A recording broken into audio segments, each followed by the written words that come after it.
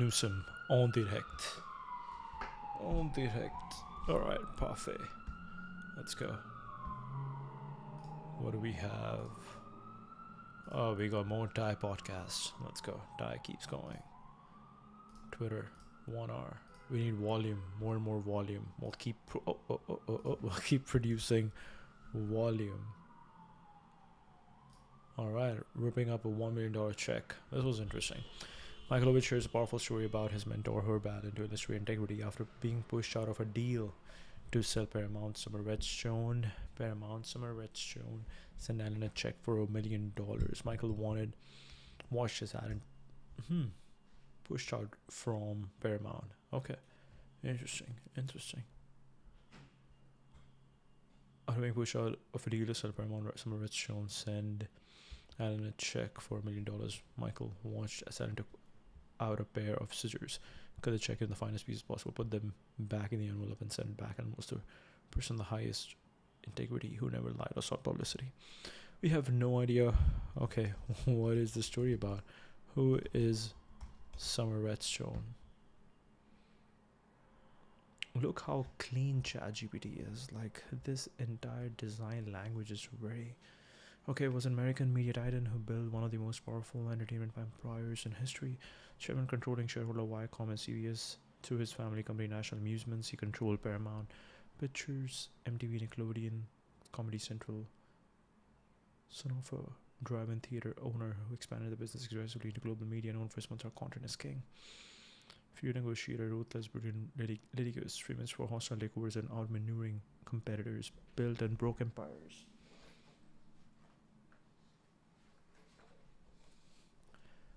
Built and broke empires. Okay. Viacom CBS split and later the remerger. Okay. Dramatic personal life, family succession battles, lawsuits, and internal power struggles became legendary in the industry. One of the last great old school media barons who personally built the industry to his will. Okay. Incredibly cruel to push. Okay, what's actually a great product worth buying on Black Friday? Okay. 5 years since officially leaving California, in 5 years we went from 0 to 3 children, imminently new jobs, different surroundings, entirely new set of priorities at the same time. At the time, the decision felt impulsive and permanent and easily reversible, one we could blame on COVID, so why think much about it? Looking back, it turned out to be one of the most consequential and best decisions of our lives. These forks in the road are rare, they're not obvious in their weight and importance, but when the portal opens before you, where it feels instinctual to walk through, that's usually a sign to jump and marvel at all the gifts and changes later. I'm bad with my blood.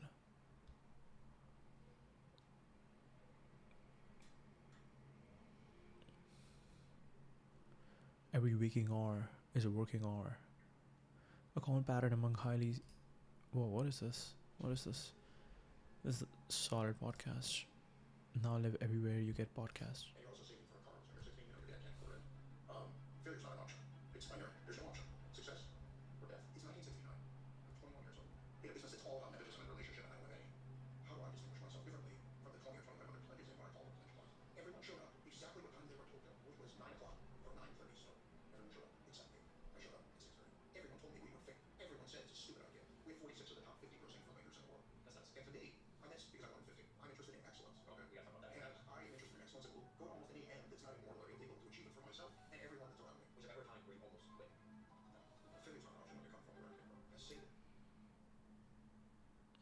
It's the certain thing I'm closer, which is there are parts of me that simply don't matter. I'm a big believer in people need to have integrity and they need to keep their word. If you know history, you pretty much can predict the future.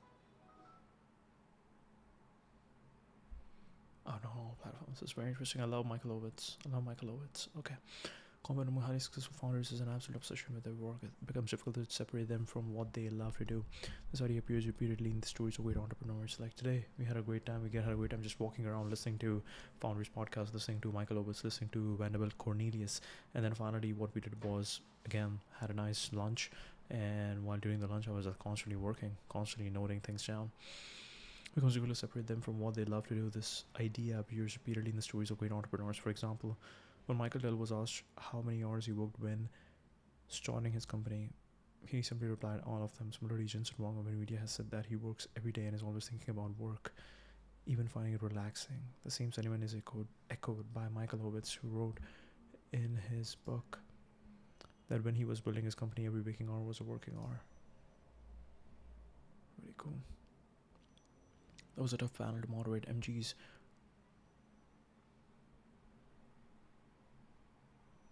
that was a tough panel to moderate. What is that? MG MG's hold on one plan did not land well. Tyson took the rage bait. Everyone has a plan until they get punched in the mouth. Frida just sighed. Frida, okay. Not a banana. Nicole Brichtova. Loved how Nana Banana Pro handled the Odyssey, so I tested it in a more niche story. The Legend of Princess Libus, the mythical founder of Prague, as a 5-part Founder Diaries comic, full prompt at the end. I'm in charge now, dear diary. So, Dad, Duke Krog is gone. And guess who the people picked to rule? Not Cassie with her herbs, not Theta with her spirits. Me, the youngest, apparently with her herbs, not Theta with her spirits. Apparently being wise and seeing the future is a big deal. My first degree, more comfy chairs in the throne room. Being a prophetess is exhausting work. Heavy crown. Hair day already. Okay. Long hair, small intellect. My dream guy is a farmer. I see a city and it's huge. Praha.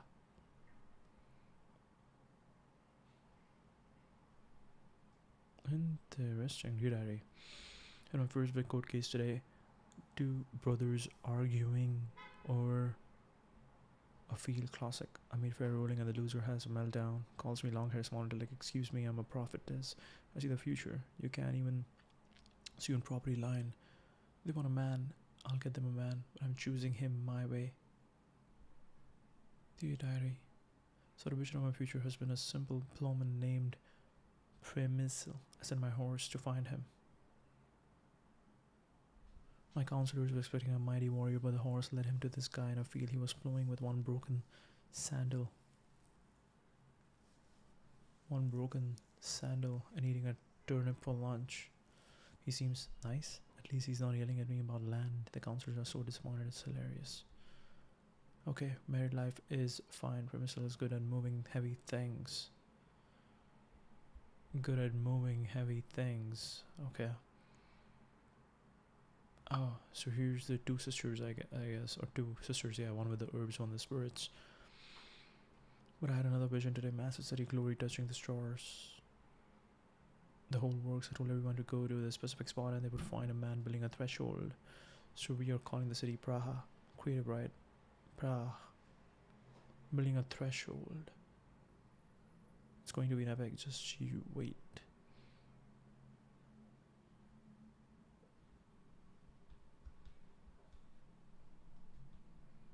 Interesting. Prague is built and it's even bigger than I imagined. Person is surprisingly good co-ruler. He still tries to wear his glowing sandals to court. But I'm working on him. We started a whole dynasty. The Prim Measlid sounds fancy, doesn't it? I guess this prophetess queen gig isn't so bad after all. Now if you'll excuse me, I have a city to run. Some more visions. Being a legend is hard. It's hard work.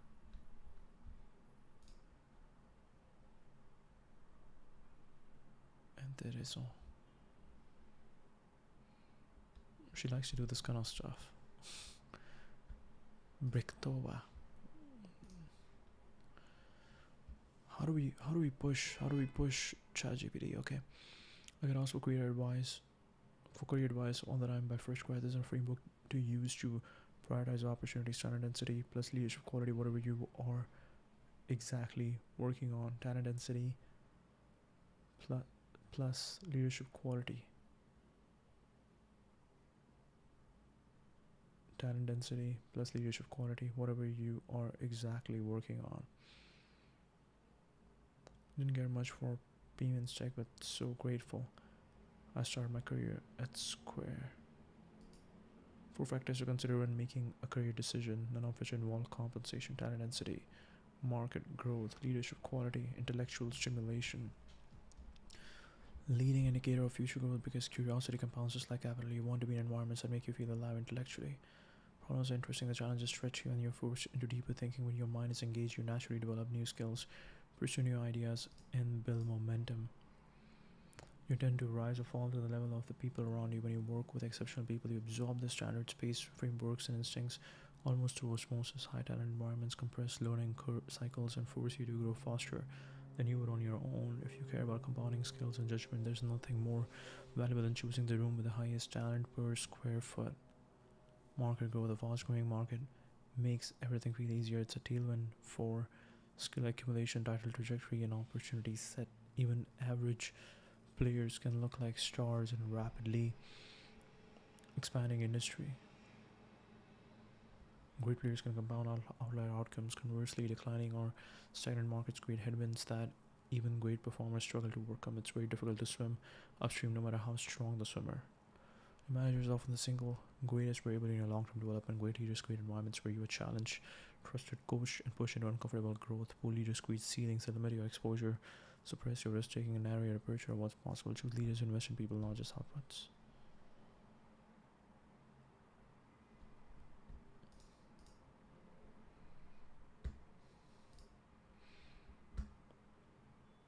An inflection point during this time at which people start to really diverge in their careers.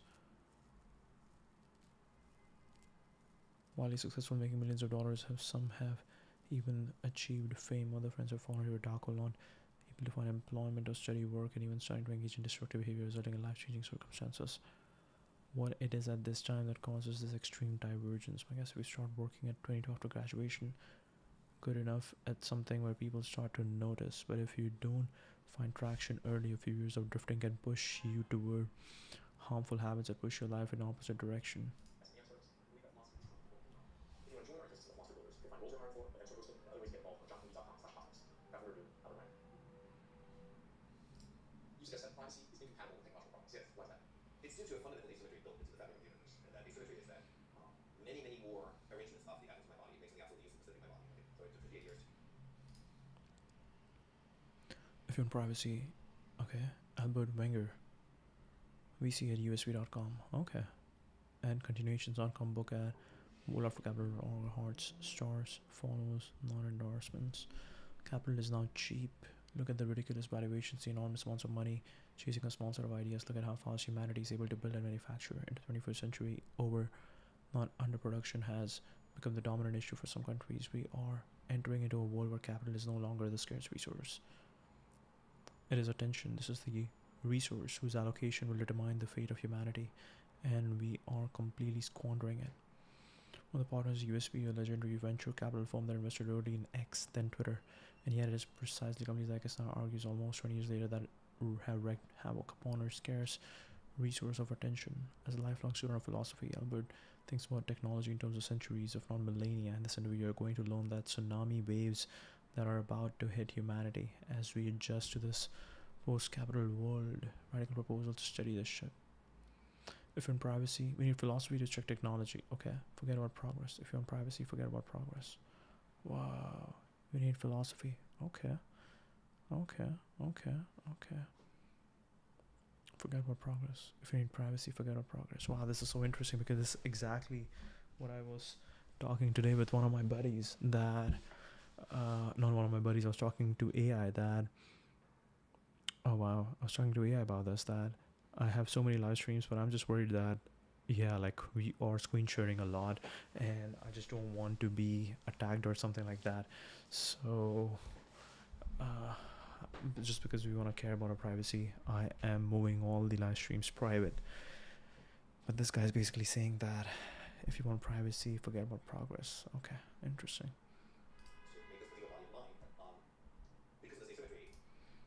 And this is philosophy, so business asset, three freedoms. A weapon, a gun, can extinguish all that with a flip of a switch, right? And this asymmetry means that as we make technological progress, our ability to destroy always grows faster than our ability to construct. Construction is fundamentally harder because fewer arrangements of atoms make you want. Most arrangements of atoms don't make the same. They make something useless, something dead, something that's not a machine. And so when you make technological progress, your ability to destroy always grows faster than the ability to construct. And so we're now entering this time period, for example, where using equipment that I can buy more or less off the shelf and using computers that I can run at home,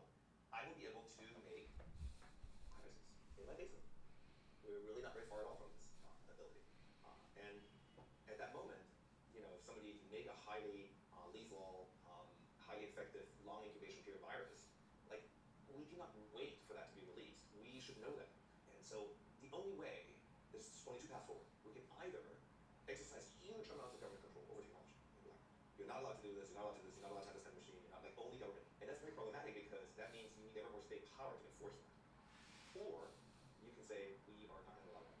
By the way, that doesn't necessarily mean that the state knows everything, but that means that other people know things. You know, it's like your neighbors and your friends and, you know, but you cannot have both. You cannot have unfettered access to technology and rapid permissionless innovation, and also have privacy. I just don't think that's possible because you will, you know, I mean, if we think about this terrible thing of school shootings and things, right? Like, imagine go back to a front loader, right? Like a muzzle loader, right? Like, okay, somebody tries to throw to school with a muzzle loader, like, you know, maybe they'll get one shot off and they'll get over. They walk in there with, you know, multiple, you know, ARs, they'll kill, you know, dozens or more kids. And so the need for their parents to kind of pay attention to be like, holy shit, I think my kid's up to no good, like, goes up dramatically, right? And so you can do one of two things. You can either have huge amounts of permissionless innovation, or you can have a huge amount of government control. But if you go in the direction of permissionless innovation, then privacy becomes really big. In a pre-digital world, it was actually much easier to secure things, right? So when your radiology images were literally on film, like, you know, they lock in a cabinet, but the cabinet is secure, that was pretty secure, right? Conversely, that made it very difficult to get a second opinion. Now, if you want a second opinion, you have to go there, you have to pick them up, you have to carry them to the place. So now that we're in this digital world, it's a lot harder to secure the thing, but it's super easy to get a second opinion. Like, you just push a button. Now, these days, you can get a second opinion from a machine, or maybe a first opinion from a machine, right? And so the trade-off between kind of how important is it to protect your information versus how important is it to use actually multiple people to look at your thing and give you opinions and give you a better decision, that trade-off has changed pretty dramatically. And so the big mistake that I believe a lot of people make when they think about privacy is that they think about partially limited analysis of privacy. So you take a society that is as it is, and then you make one person's information public, like one person's sexual orientation, and all of a sudden people are like, oh, look at this guy, you know? And you're like, what? Yeah, but if this were widely known about everybody, I don't think it'd be a big deal. And the example I give in the book is tax. So there are two types of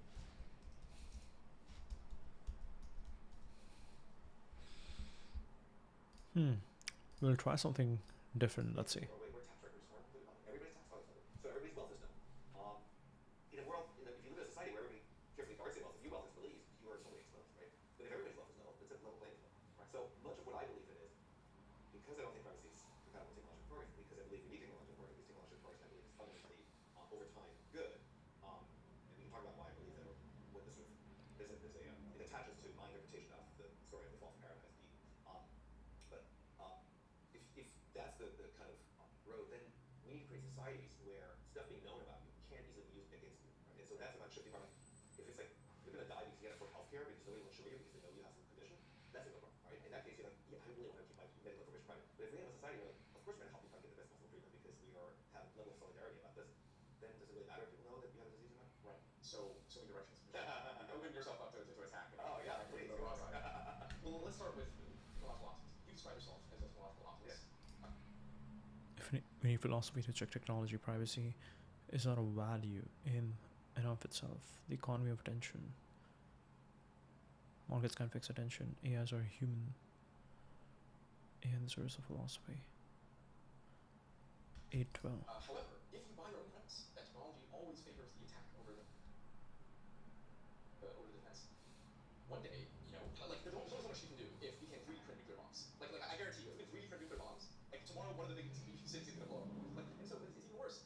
It seems like the agricultural revolution was pretty bad for most people. Like behind the mail paper, it's Rawls. Where would you choose to live? Would you choose to live in hunter-gatherer or agriculture? I would choose to live in hunter-gatherer because odds are I'm gonna be some malnourished serf. I actually think that that's right. I'm not at all disagreeing with if you get randomly substituted into some body, right. You would probably much prefer to get randomly substituted into a hunter-gatherer. So these are hunter-gatherer past a certain age, because of course child mortality was awful. So these are the two critiques I want to respond to. Number one is existential. Like if what you say is correct about technology, we should be doing everything to stop technology. And number two is on the scale of goodness. So it's not existential. It seems like humanity needed a long time to recover from the technologies they created. No, I think that's spot on.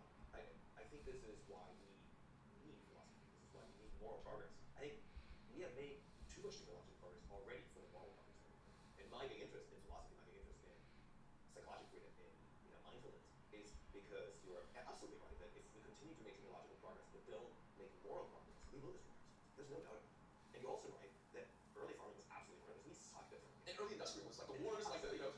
By the way, this is why I say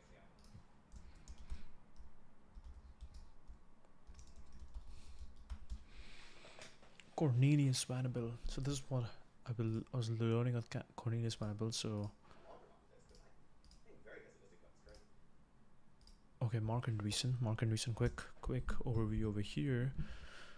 American entrepreneur, software engineer, venture capitalist, born July 9, 1971. Undergraduate, University of Illinois. Urbana-Champaign helped build the web browser Mosaic, one of the first to display images and run on Windows Mac. Co-founded Netscape Communications Corporation, Jim Clark and others. Released the browser Netscape Navigator, helped accelerate mainstream use of the web. Co-founded chairman of Opsware, formerly LoudCloud. Hewlett Packard later acquired.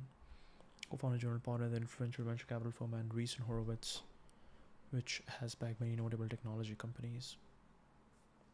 Pioneering role in browser web technology, turning the web from a niche academic tool into a mass market phenomenon. As a VC, Andreessen and his firm have been involved in shaping and funding the evolution of major internet and tech platforms, including social media, developer tools, crypto, blockchain. Software future industries and the role of technology in society. For example, 2011 essay, What Software is Eating the World. He argued that almost every industry would be disrupted and remade by software, internet infrastructure, growth.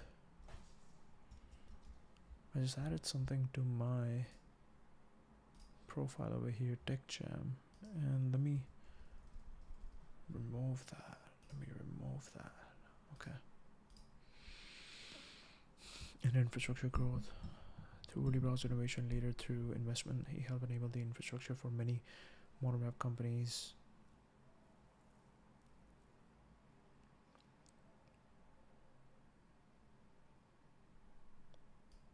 Daughter of real estate billionaire John Arrillaga,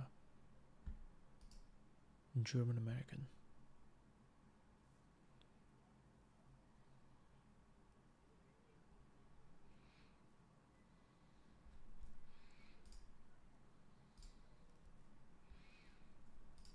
Cornelius Vanderbilt.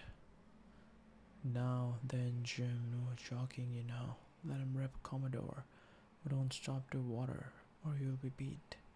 Hudson River, New York Central.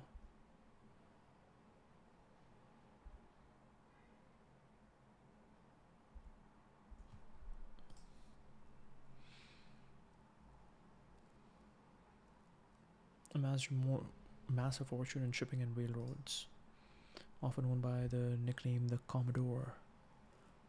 Staten Island, New York.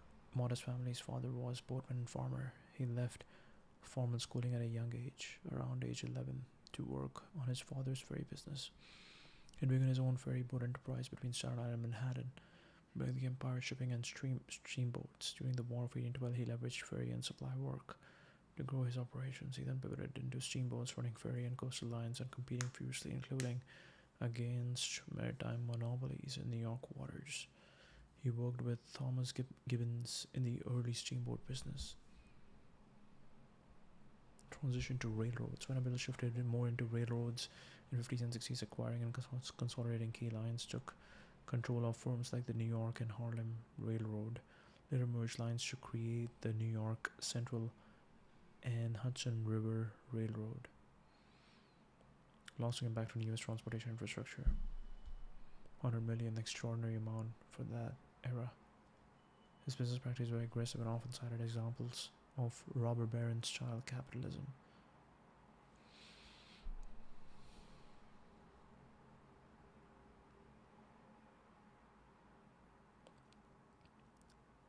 Estate and that triggered prominent inheritance disputes among his children. Self-made man narrative, starting from modest means and building enormous wealth. His operations in shipping and railroads helped shape the physical and economic geography of the United States. His legacy lives on through institutions, the Vanderbilt family name, and the rail and shipping systems he helped build. The legal and regulatory environment he navigated, steamboat monopoly, state versus interstate commerce, transition from shipping to rail is the key theme in 19th century American reindustrialization, the social consequences. Inheritance battles, how this ties into the Gilded Age, the lasting impact, and the later generations.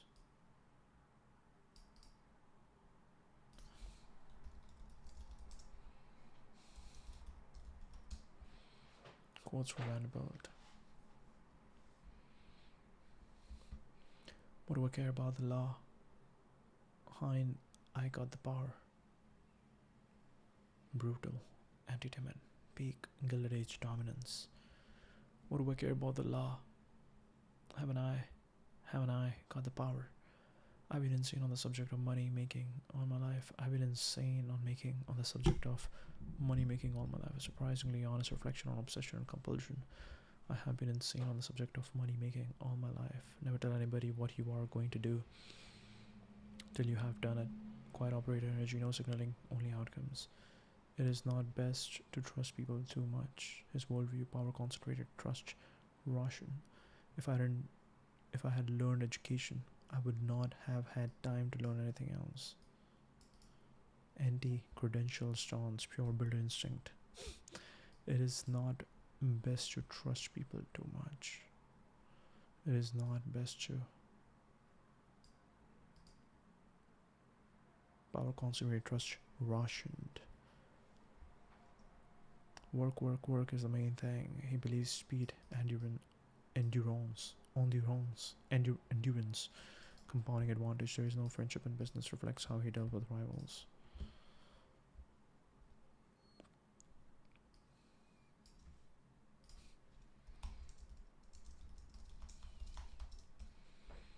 Tell me more about the story.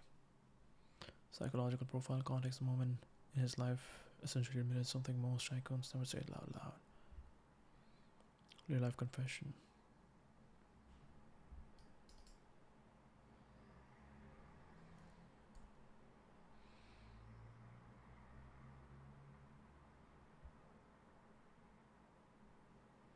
Taken over New York's biggest rail lines, built the early skeleton of America's transportation grid. He was obscenely rich. Crushed rivals on the water, broken state monopolies, taken over New York's biggest rail lines, built the early skeleton of America's transportation grid. He was obscenely rich. He had more money than the US Treasury. But he didn't need to prove anything. He made that remark. It wasn't for show, it wasn't bravado, it was acceptance. Why he said it, people who interviewed or visited Vanderbilt noticed he had one obsession that never left him. Power as oxygen. He wasn't interested in books of philosophy or social manners or legacy or taste. He wasn't interested in books of philosophy or social manners or legacy or taste. He didn't care about opera or intellectual circles, the stuff later Vanderbilt's obsessed over. The Commodore's brain ran only on dominance, expansion, control, cash flow, leverage. Everything else was distraction. So when he said, I have been insane on the subject of money making all my life, it was almost he was shrugging at the truth everyone already saw. Chasing luxury, he was chasing the feeling of winning. Relentless action, ferrying goods before dawn as a kid, outworking grown men. Ferrying goods before dawn as a kid. Terrifying competitive aggression, undercutting rivals to zero profit just to force them to sell. Undercutting rivals to zero profit just to force them to sell. No sentiment. If you were in his way, he would break you. No apologies.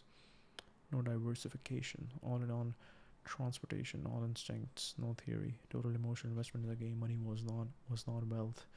It was proof he had force. Total emotional investment in the game. Money was not wealth. It was proof he had force. He the personality of someone who only feels alive when he's building, conquering, or crushing. This is where it gets interesting. Vanderbilt came from nothing, literally a shack on Staten Island. He was mocked for being illiterate. He was a kid who Fred produced while wearing hand-me-downs. That kind of background creates a chip on the soul, the feeling that if you stop hustling, everything collapses. The past comes back and you become nothing again. It's identity, a perpetual engine burning through life. Most honest glimpse into the mind behind one of America's greatest fortunes, not polished and PR-friendly, raw, almost embarrassed, almost proud confession from someone who sacrificed everything for one purpose. The true meaning behind the code isn't be obsessed with money. Greatness requires a level of obsession that looks like insanity from the outside. The future version of you knows to direct that obsession without letting it consume the rest of life. It didn't balance, he dominated while still designing a life that's rich intellectually, emotionally, and financially. Intellectually, emotionally, and financially.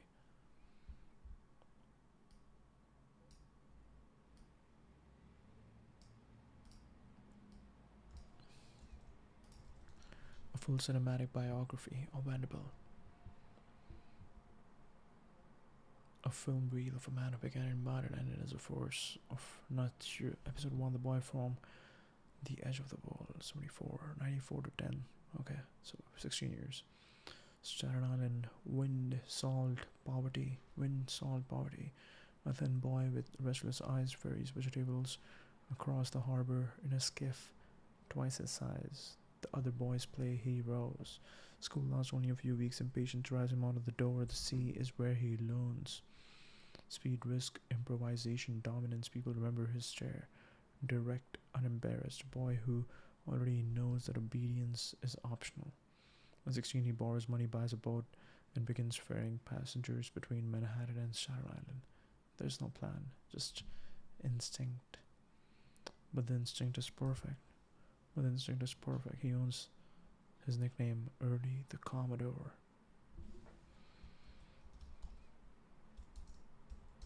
This is good. Staten Island. Vanderbilt.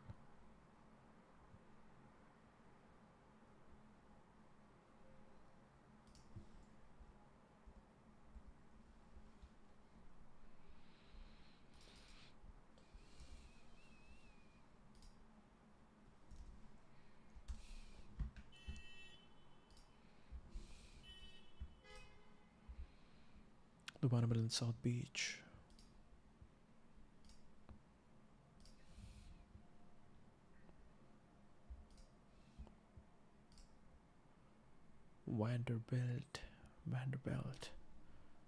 Vanderbilt.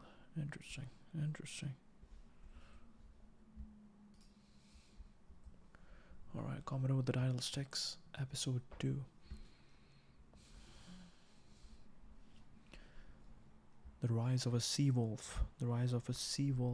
10 to 30. America is young and chaotic. The perfect environment for a predator. Vanderbilt moves goods during the War of 1812, threading through British blockades with a teenager's arrogance and a survivor's calculation. Every run is a gamble, every dollar is fuel. He joins forces with Thomas Gibbons, helping break the state steamboat monopoly in a legal battle. Becomes a landmark Supreme Court case. Interstate commerce is born out of Vanderbilt's hunger. Competitors call him uncouth, uneducated, unbearable, and then he wipes them out. His strategy is brutal simplicity. Offer faster service for half the price. Run at a loss to break rivals. Buy them for pennies. Expand, repeat. He's not building a business, he's building inevitability. The Empire Builder, 30 to 60. Explodes with energy, immigrants, factories, fortunes, rising like smoke. Sees the future before others do. He transitions from ferries to ocean steamships, creating alliances with San Francisco and Europe. He becomes a legend. He dresses plainly, speaks bluntly, moves aggressively. No opera boxes, no saloons, no intellectual pretensions, just the game and the next move. His fortune piles up, he becomes one of the richest men in America. But the fire inside doesn't dim, it intensifies. Episode 4. His fortune, no opera boxes, no saloons, no intellectual pretensions, just the game and the next move. His fortune piles up, he becomes one of the richest men in America, but the fire doesn't dim, it intensifies. Episode 4. Steel, Steam, and the Conquest of Manhattan. Old age, Vanderbilt doesn't believe in it. He executes his most audacious pivot, railroads. 60s, when most men retire, he launches the final campaign of his life, hostile takeovers, stock manipulations, and strategic pressure that terrifies Wall Street. Seizes the New York and Harlem Railroad, then the Hudson River Line, then the New York Central. He merges them into an empire that becomes the backbone of American transportation. Grand Central Terminal, then just rail yards, is his kingdom's beating heart. What do I care about the law? Haven't I got the power? And I got the power. When I got the power, he's not glorifying lawlessness. He's describing the psychology of someone who built himself from nothing and discovered that in America, power is self-made. He's not glorifying lawlessness. He's describing the psychology of someone who builds himself from nothing and discovered that In America, power is self-made. Episode 5. The final reckoning. By his 80s, he's a stone monument of will. By his 80s, he's a stone monument of will, stubborn, sharp, unpolished, unstoppable. He looks back and mutters a confession that reveals everything. I have been insane on the subject of money making all my life. By his 80s, he's a stone monument of will, stubborn, sharp, unpolished, unstoppable. He looks back and mutters a confession that reveals everything. I have been insane on the subject of money making all my life. Not a boast, a diagnosis. He dies in 77 as the richest man in America, fortune so vast it distorts the nation's wealth distribution. His children inherit the money but not the fire that evaporates with him. Purest example of the American industrial archetype. No education, no pedigree, no elegance, no hesitation, only motion, ambition, and conquest. A man who didn't build a business, he carved a highway through history.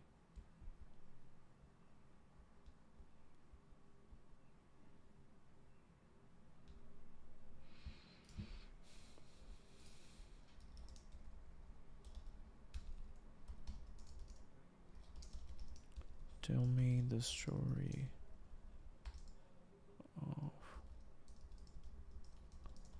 how he took over the railroads.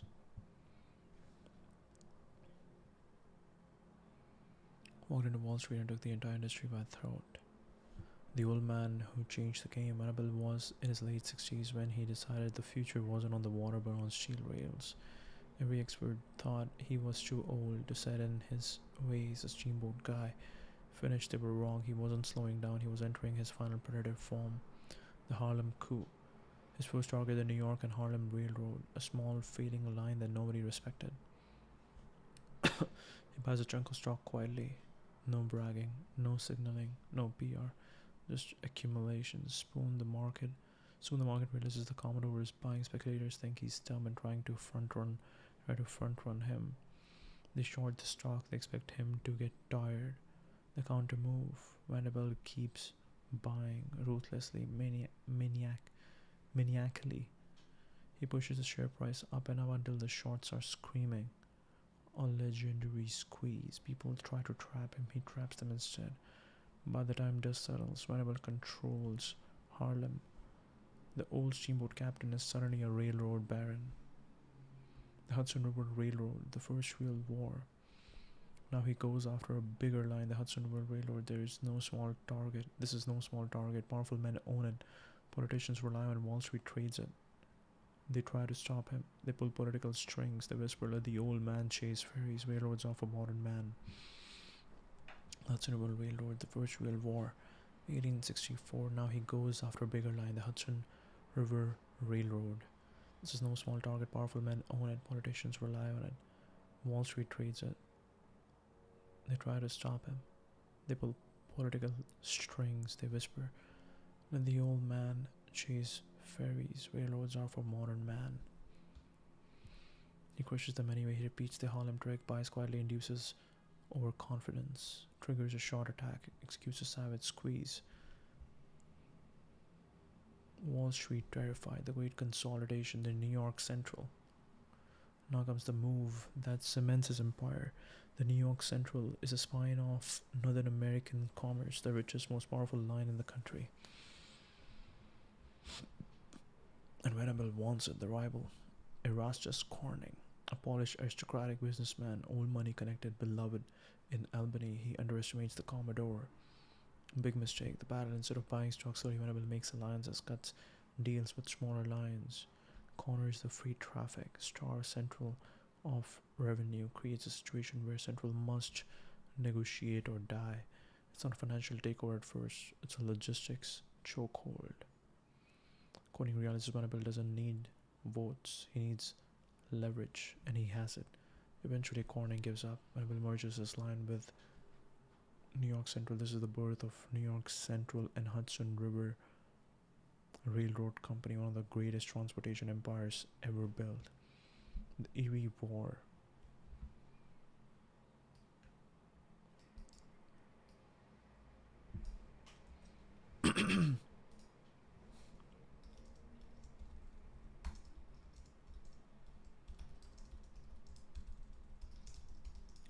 day to day under Vanderbilt.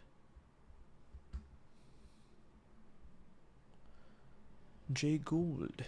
Enter his new rival Jay Gould and Jim Fisk, the ultimate financial tricksters. They print fake shares to dilute Vanderbilt's buying power. He buys for some million before realizing the shares are counterfeit. If I had the law on my side, I would ruin them. He buys for some million before realizing the shares are counterfeit. They print fake shares to dilute Vanderbilt's buying power. Then doesn't actually lose, he negotiates a payoff, consolidates power, and moves on. Wall Street games are dirty. Railroads are cleaner. Real power lies in the tracks, not the trading floors.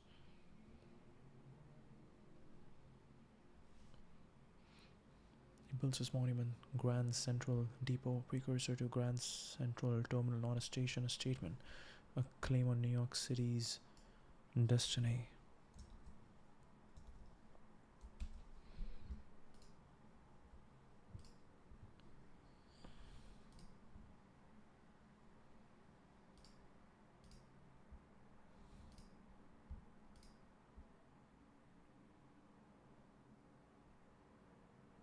Lost Grand Centrals, late 19th century.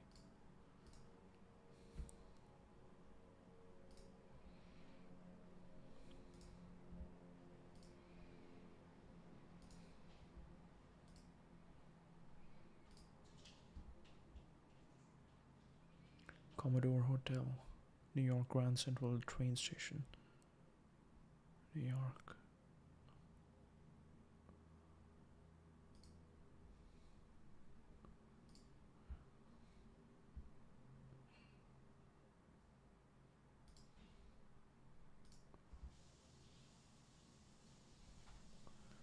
Grand Central Photo Gallery.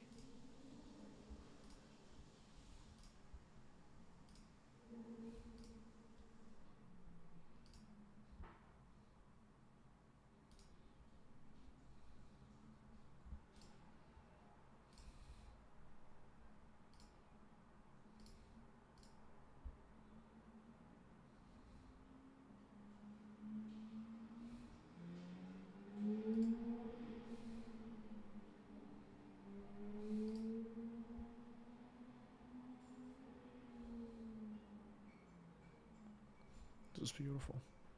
Unpacking its incredible history.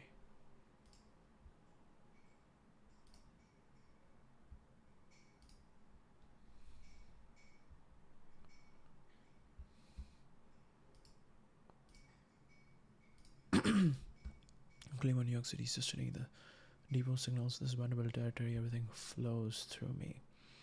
Command instinct, aggression, price warfare, shareholder manipulation, political avoidance, operational control, capital concentration, above all, pure psychological pressure. Competitors played finance, he played dominance, the real moral for your future self, building your empire. Vanderbilt didn't invest in railroads, he took them. Not because he was the smartest, but because he was the most inevitable. That's a lesson. You don't need permission to enter industry. You only need momentum and leverage. Everything else is mechanics. You don't need permission to enter industry. You only need momentum and leverage. This is exactly how Elon acquired Twitter. This is exactly how Elon acquired Twitter. Wow. Here's a tight cinematic but accurate look at how the New York Central Hudson River Railroad actually ran day to day under Cornelius Vanderbilt. Not the myth, but the operating reality. This is where Vanderbilt stops being a robber baron caricature. Let's see. What is the similarity between Elon buying Twitter shares and Vanderbilt buying railroad shares? Something one of the deepest power moves in American business history is a clean, high leverage similarity between Elon's Twitter accumulation and Vanderbilt's railroad accumulation. Both have silent strategic accumulation control. Started by loudly announcing intentions, they quietly accumulated stock until they crossed the threshold where the board, the market, and the public suddenly realizes Vanna controls the destiny of the platform. Bought railroad shares quietly, especially in the New York and Harlem, and later the New York Central, until he effectively controlled the board and the physical arteries of the American commerce. Started by accumulating Twitter shares until they hit 9% and became the largest shareholder, catching the board off guard. Both used stealth accumulation as a weapon. Both understood networks better than incumbents. Railroads were the internet of the 19th century. They were networks with massive node effects. Vanderbilt saw that controlling the tracks meant controlling the flow of commerce, news, people, capital, and power. This is interesting. This is something I can think we can write about. Collector of artists, athletes, and entrepreneurs. What did I tweet? We'll delete any stupid tweet.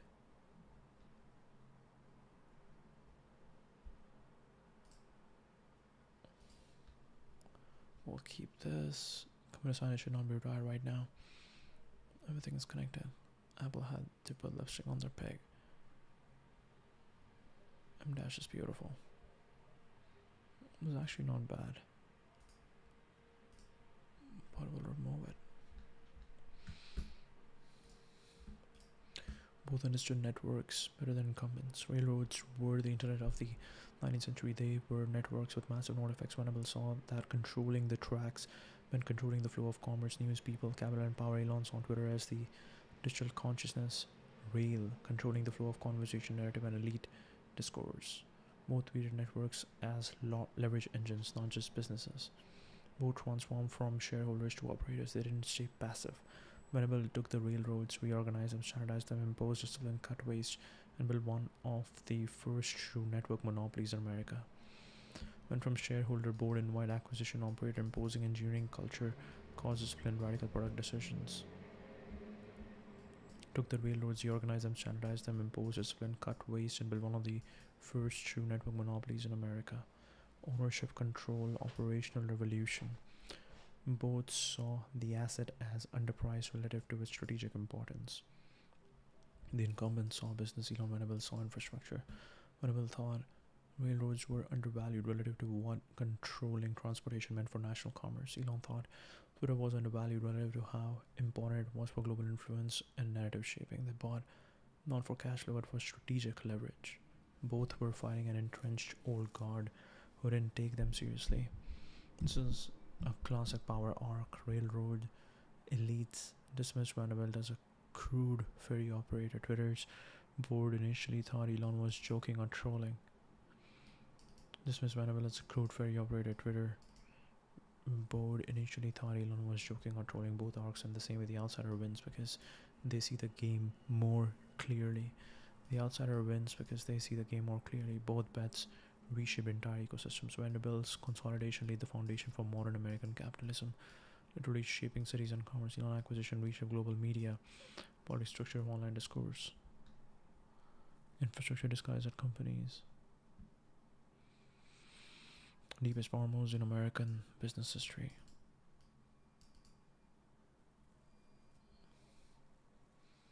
Elon's accumulation, stealth accumulation of Twitter shares is very similar to Vanderbilt's stealth accumulation of railroad shares. They quietly accumulated stock until they crossed the threshold value of the board, market, and public suddenly realized this man controls the destiny.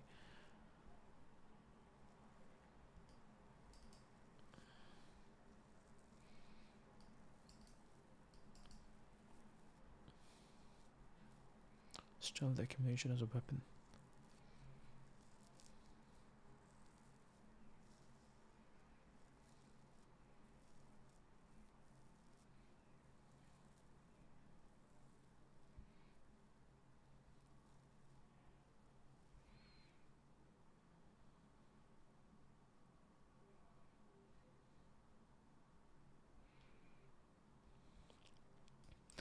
Railroads were the internet of the 19th century. They were. Let's see if we can post one.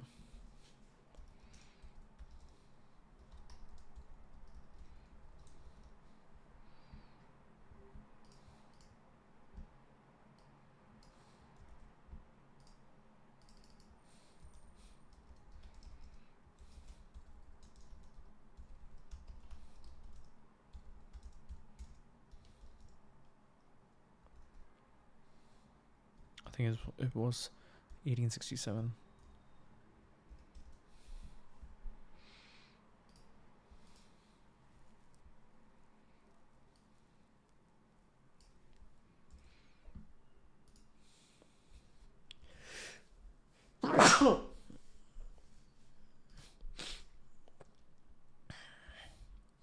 Controlling the tracks meant controlling the flow of commerce, news, people, capital, and power. Digital consciousness or controlling the flow of conversation, narrative, and elite discourse. Took the railroads, reorganized them, standardized them, imposed discipline, cut waste, and built on the first true network monopolies in America.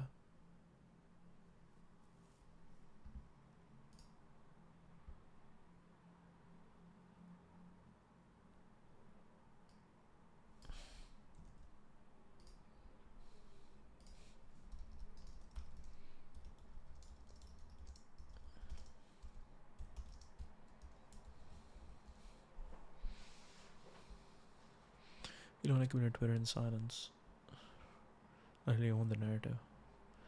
They're the same in 1867, quietly buying railroads until he owned the rails. Power comes to those who got leverage before anyone notices.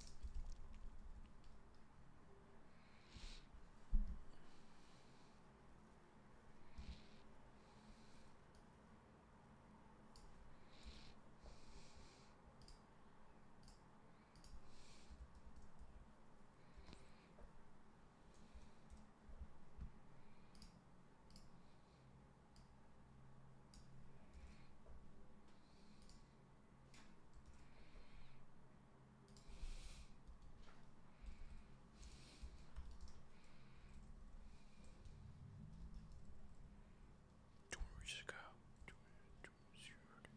2 centuries ago. 2 centuries earlier.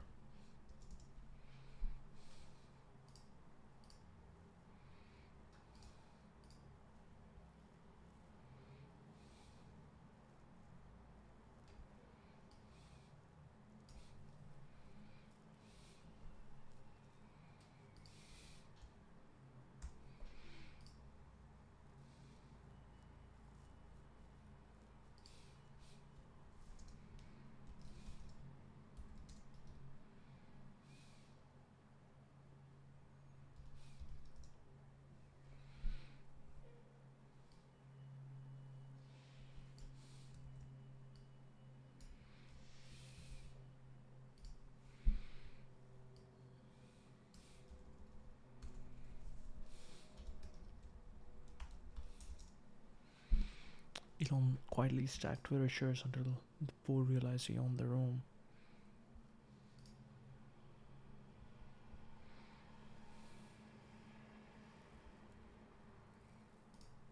Quietly stacked until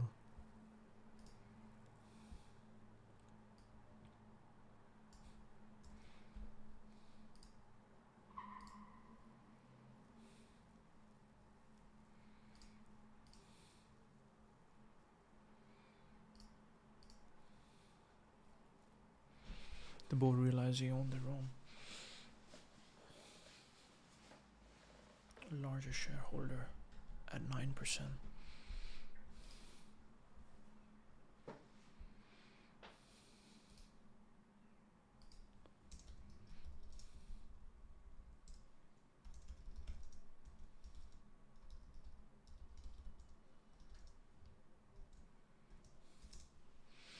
Elon quietly checked Twitter shares until the board realized he owned the room. Largest shareholder, 9%. Venerable to this 2 centuries ago, buying railroad shares quietly until he effectively controlled the board and the physical arteries of American commerce. Elon quietly stacked Twitter shares until the board realized he owned the room. Largest shareholder. Vanderbilt did it 2 centuries earlier.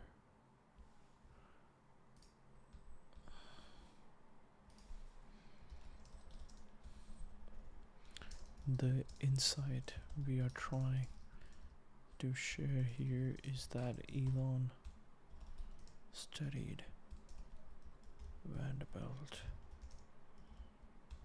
add that here and give 5 variations. Let's see. Elon did improvise Twitter. He studied Vanderbilt.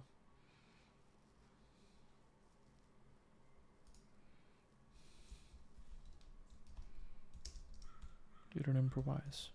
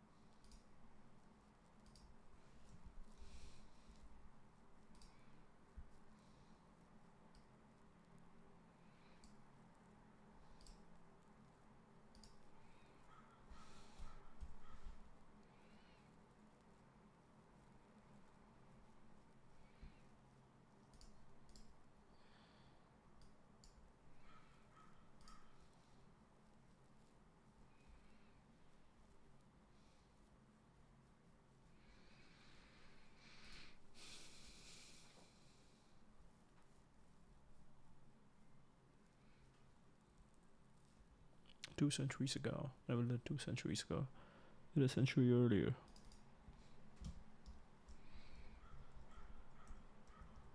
200 years ago. I did it 200 years ago.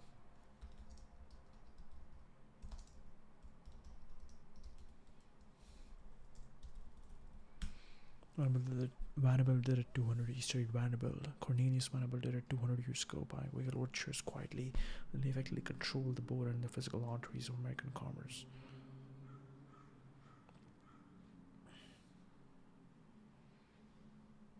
Elon quietly sacked Richards until the board realized he owned the room. He didn't improvise. He studied Vanderbilt. Vanderbilt did it 200 years ago, buying railroad shares quietly until he effectively controlled the board and the physical arteries of American commerce. Elon copied a blueprint written in the 1800s.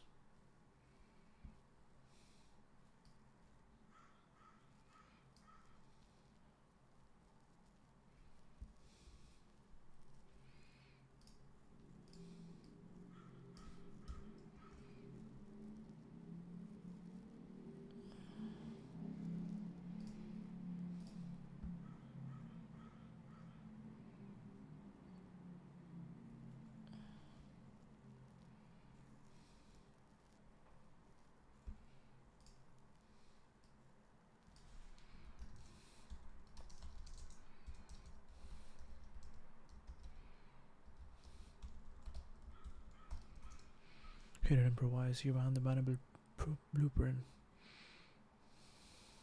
Cornelius.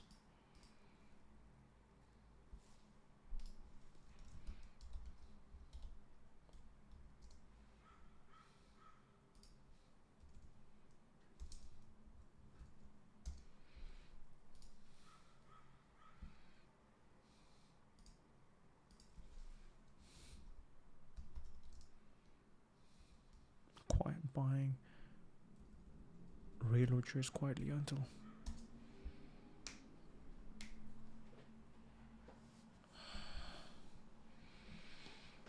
Elon quietly stacked Twitter shares until the board realized he owned the room. He didn't improvise. He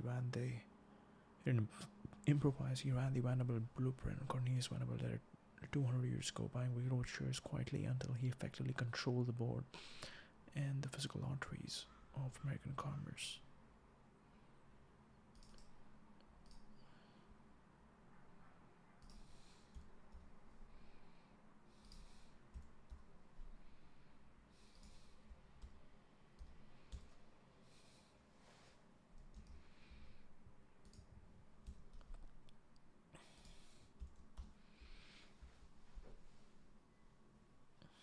Buying railroad shares quietly, stacked shares until the board realized he owned the room. He didn't improvise. He ran the Vanderbilt blueprint. Cornelius Vanderbilt did 200 years ago, buying railroad shares quietly until he effectively controlled the board and the physical arteries of American commerce.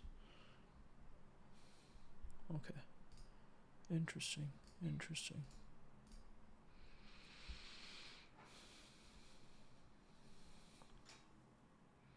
Operations were Che Guevara. Unlike other tycoons, Venerable did not wander around giving grand speeches or posing as a statesman.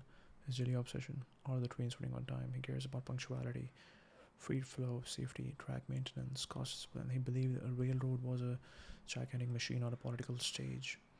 He ruled like a ship captain. No excuses, no delays, no ornamental nonsense. Move car. No excuses, no delays, no ornamental nonsense. Move cargo, move people, move profit. Move cargo, move people, move profit. The Commodore's command center.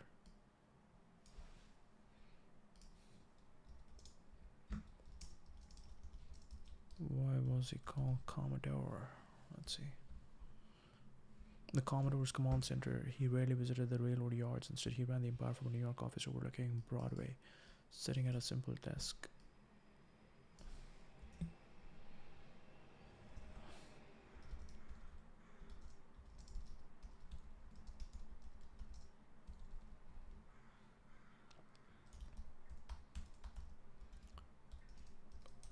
Cornelius Vanderbilt office.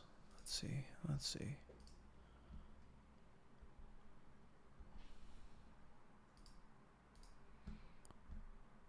Gilded Age Mansion near NYC.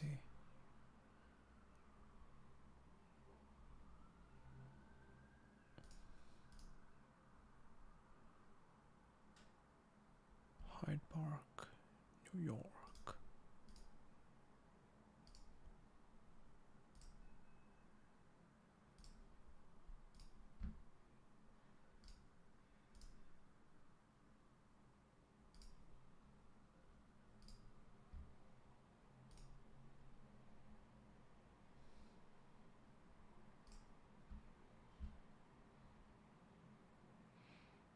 Its name of the Marble Mansion was replaced.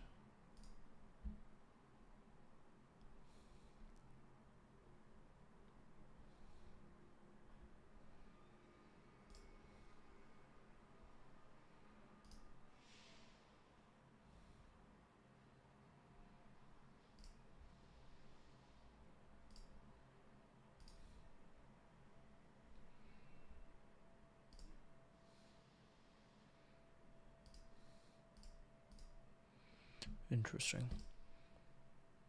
A simple desk every morning, couriers brought him performance reports, freight, tonnage, revenue tallies, timetable deviations, cost overruns, accident summaries. He read them obsessively.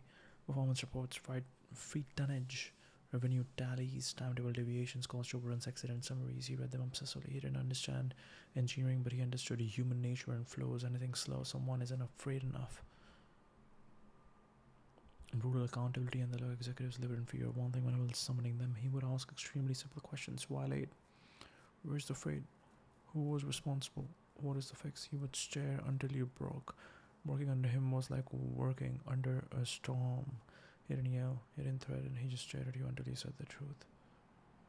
He didn't yell, he didn't threaten, he just stared at you until you said the truth. Everyone worked harder than they thought possible.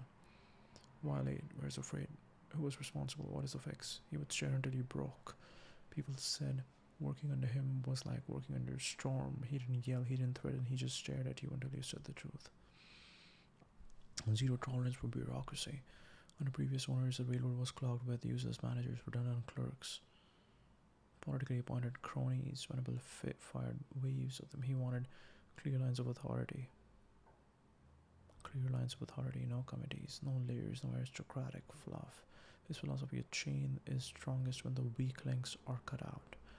A chain is strongest when the weak links are cut out. Departments became lean, fast, ruthless. Price cuts every morning. Each day, Venable will look at freight numbers and simply say, cut the rates. Competitors protested. He didn't care.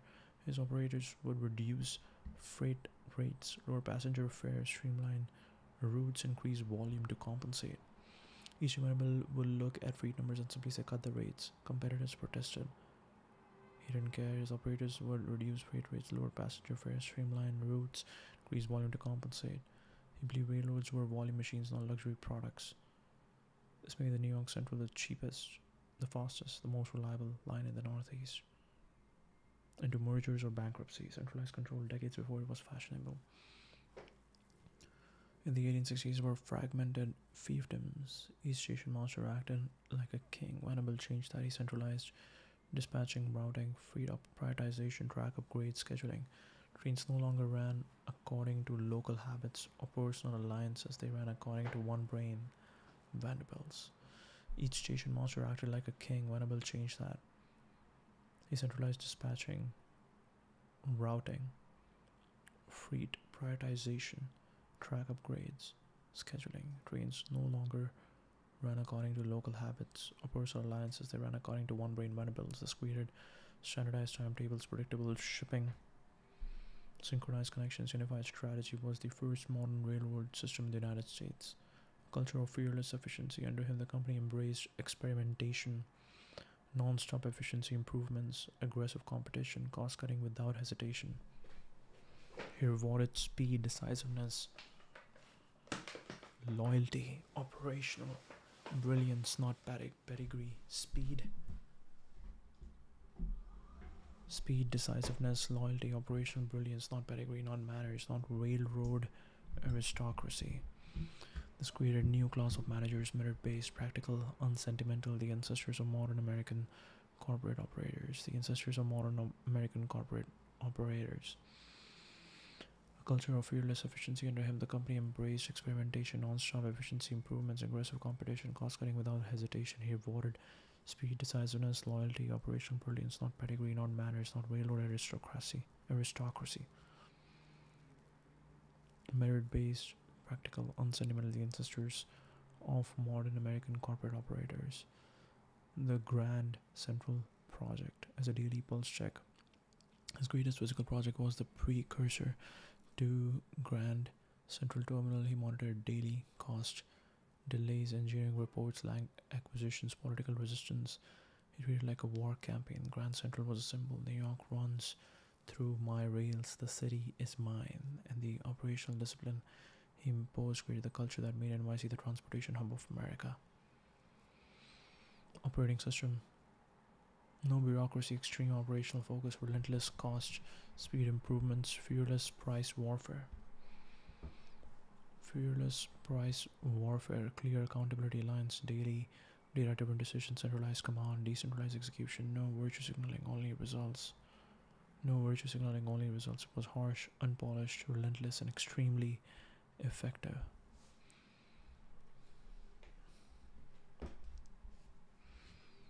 No bureaucracy, extreme operational focus, relentless cost and speed improvements, fearless price warfare, clear accountability lines, daily data-driven decisions, centralized command, decentralized execution. Why was it called Commodore?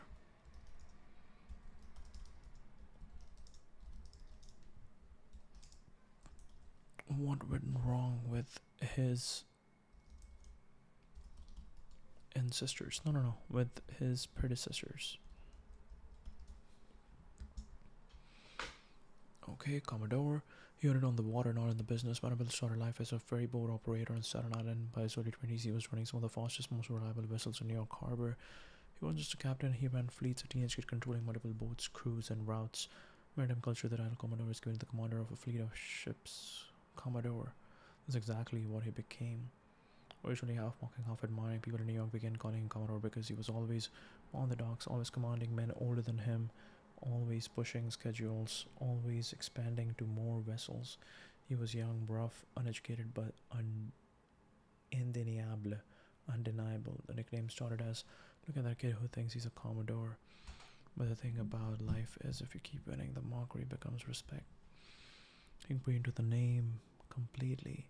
By the 1830s and 40s, he actually was a Commodore in every sense. Owned fleets of steamships, controlled major routes, ran operations to San Francisco, Nicaragua, and Europe, executed strategic naval-like maneuvers against competitors.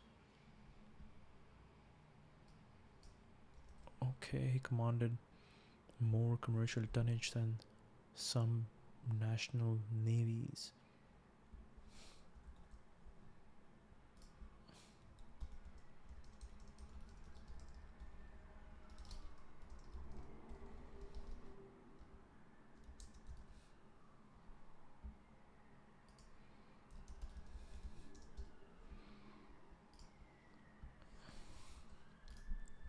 He commanded more commercial tonnage than some national navies, and it went from ironic, literal, iconic. Even after he left shipping for railroads at Idle State, he could have become Railroad King or Central Baron or whatever.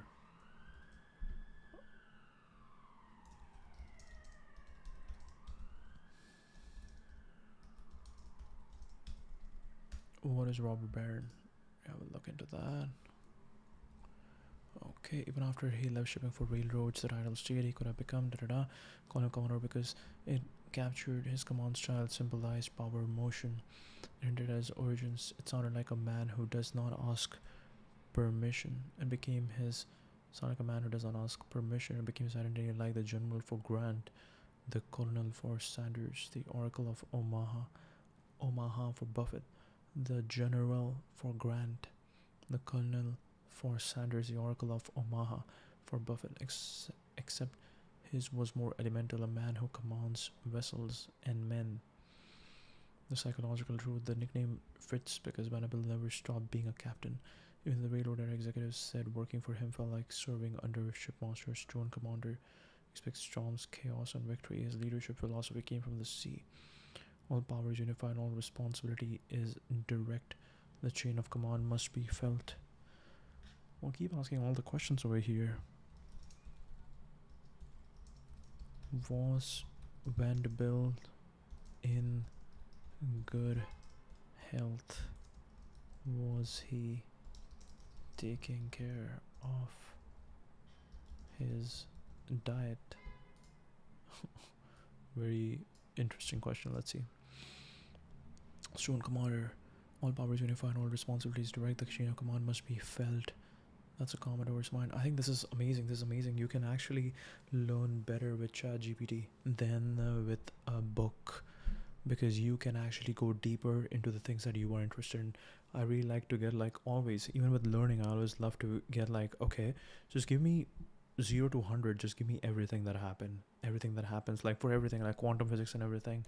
I remember like even in university when I had to learn quantum physics and stuff, how I would actually learn is I would just look at the entire chapters because everything was pretty much all the lectures were recorded online during COVID, especially. That was really good. And what would happen is that everything was just recorded, so I would just like on first run I would just listen to everything, and then I would go, and after I know 0 to 1 everything that happened, then I can go in specific details that okay, now that I know where this is going, what is the end, now whatever I'm learning, this would make sense to me because I understand where this is going. So this is cool. Never stopped being a captain. Even the railroad executives said working for him felt like serving on a shipmaster. Stone commander, someone who expects storm, chaos, and victory. All powers unified, all responsibilities direct. The chain of command must be felt. That's a Commodore's mind. He was called the Commodore because he commanded fleets from a young age. He operated like a naval officer. Feared him like a warship on the horizon.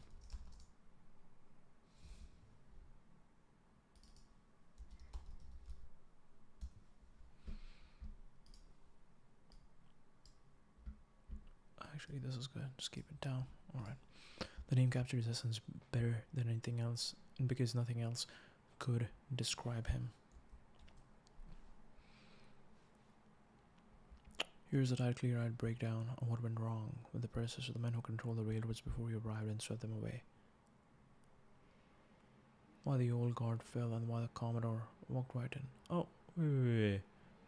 Ancestors, predecessors, successors. Oh no, wrong question. Aristocratic clubs, not machine. What went wrong with his successors? That was the question we wanted to ask. But okay, this is also not bad. Aristocratic clubs, not machines. Run by pompous old money boards, politically appointed executives, men who love titles more than timetables. Lots of silk waistcoats, very little operational discipline.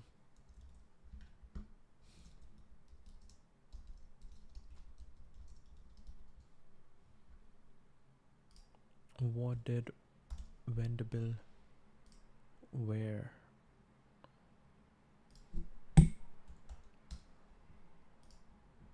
Okay, better question. Let's go. They thought a railroad was social institution, prestige symbol, gentleman's investment. Giant mechanism that should run like a warship. Total mismatch. No cost control, blur everything. Redundant managers, clerks who did nothing, overlapping departments, slow decision cycles, needless luxuries.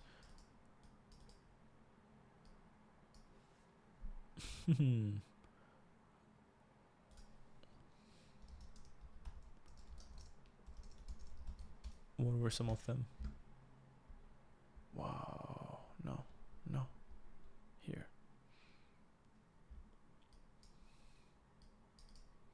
Most striking, Fifth Avenue mentions they built an entire palace district. The Vanderbilt heirs didn't build houses. They built 40-60 room French chateau on Manhattan's most expensive street.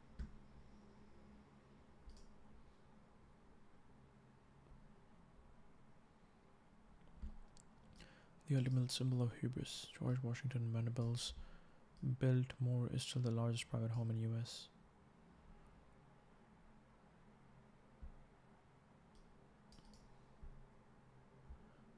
Insane bone rate. With America's rail arteries, he built a Renaissance palace with a bowling alley. Gilded Age balls costing $250,000. Alva Vanderbilt famously threw parties that cost equivalent of 6 to 8 million today. Marble floors were for Europe, custom built ballrooms. Costume designed by European nobility orchestras, flown from overseas, fountains of champagne, themed rooms. One party recreated a French court. Wow. Art collection instead of infrastructure investments, instead of upgrading rolling stock, electrifying lines, poured money into old master paintings, rare tapestries, antiques, European ornaments, multi-year architectural projects. Yachts. 20 to 40 people. Yachts that cost more annually to maintain than entire track segments. Ran ferries for money. They ran floating palaces for ego. European court cosplay became the fixtures of the 400 New York social aristocracy. 400 insane wardrobes, Paris theaters, jewel collections, elaborate theme parties, culture of constant public performance. Instead of inheriting their grandfather's ruthlessness, they inherited a craving for aristocratic approval. That's interesting. Maybe what they were feeling was aristocratic approval. Oh my god, because they came from nothing and they wanted to fit in with the actual aristocrats. Wasms but not intention, only imitation. Museum, civic buildings, opera halls are treated like decoration or impact. Irrelevant industry. The punchline: the Vanderbilt heirs built the largest mansions in America. Meanwhile, Rockefeller heirs built the largest corporations in America. Different psychologies, different destinies. Oh wow. Why? What?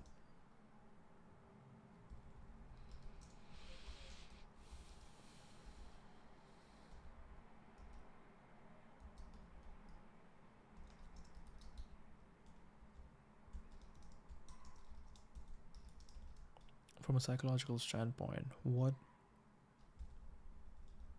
were Vanderbilt heirs trying to get validation from the actual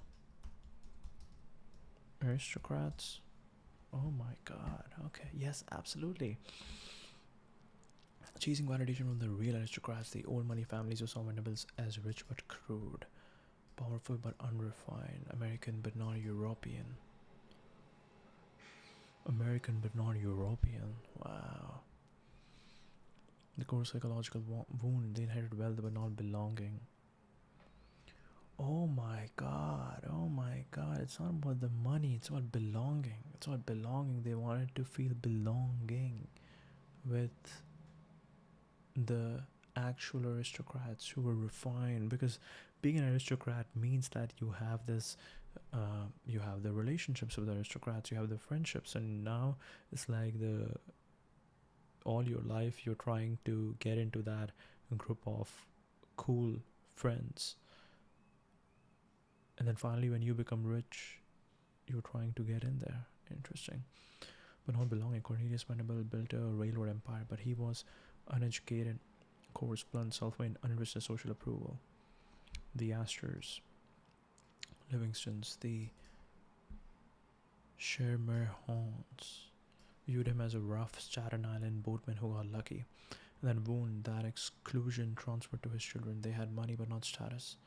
They had power but not place. And that creates a very specific psychological need. Let me show you we belong.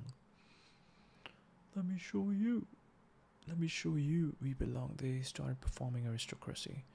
Once the Commodore died, his heirs immediately tried to reverse engineer high society the way modern founders reverse engineer product market fit. They copied European manners, European architecture, Paris fashion, aristocratic balls, old world etiquette, extreme displays of refinement, extreme displays of refinement. They took refinement to the next level because they were trying to get validation. Oh my god. They wanted the old money families to say, you are one of us now. Aristocracy is a club you cannot buy into, you're born into. This only made the insecurity worse. Their parties were psychological theater. They were bids for legitimacy. Every chandelier, every imported marble tile, every costume was a message. If I dazzle you enough, maybe you'll accept me. They came for the spectacle. They gossiped behind the closed doors. They still didn't accept the Vanderbilts as equals. This created a feedback cycle. More insecurity, more spending, more spectacle, less respect. Wow, wow, wow. Not many people talk about this.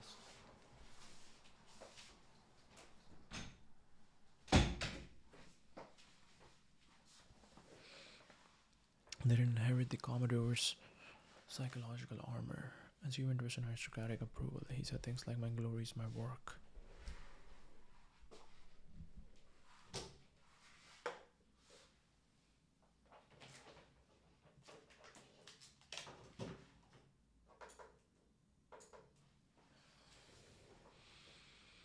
His descendants were raised in wealth, not war.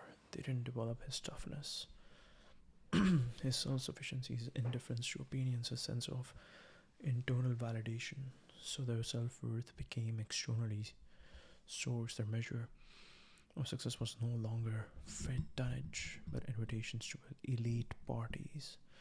Yeah, we gotta be careful about that. We gotta be careful about that. I think I think there's a point where you have to kind of like experience a lot of stuff to realize that okay, this another dinner wasn't the point. The point was actually the relationship. So yeah, actually having good relationships is important. When you don't have that, you always seek that. Having love, having a sense of love is important. When you don't have that, you always chase that. His toughness, self-sufficiency, indifference to opinions, a sense of internal validation, so their self-worth became externally sourced. The measure of success was no longer for tonnage with invitations to elite parties. Social rejection is pain. They tried to anesthetize it with luxury. They were socially rejected. All they needed was therapists, maybe, or maybe just love. They just needed good best friends. They just needed some good friends to hang out and chill with. And that's also the problem with money. When you have too much money and then you buy this one big massive house that's like far away, that kind of rips you out from the core society and puts you into this massive mansion where you don't know your neighbors, or you're so far away from the action, that actually makes it worse. That actually makes it worse. So what you really want is just relationships, strong friendships. It's the same neural circuits as physical pain. The Vanderbilt heirs built palaces through spectacles, married into old money families, donated to cultural institutions, all as a way to soothe that pain. But aristocratic circles use their money, never respected. But aristocratic circles use their money, never respected their origins, never saw them use their money, never respected their origins, never saw them as true high society, thus kept the wound open. Old money families donated to cultural institutions, soothe that pain. They went from empire building to identity building. The Commodore built infrastructure, the heirs built identity props. The shift was clear. Vanderbilt Senior. Does the system run efficiently? Internal result based self-validating. Do they think we belong? External approval based insecure. External approval based insecure. Does the system run efficiently? Internal results based self-validating. Do they think we belong? External approval based insecure. When a dynasty switches its source of validation from creation to recognition, decay begins. In one line, yes, the Vanderbilt heirs spent generations trying to impress their aristocrats who quietly despised them. In doing so, they traded power for validation. What? Compare that to the psychology of Rockefeller heirs and what they got right.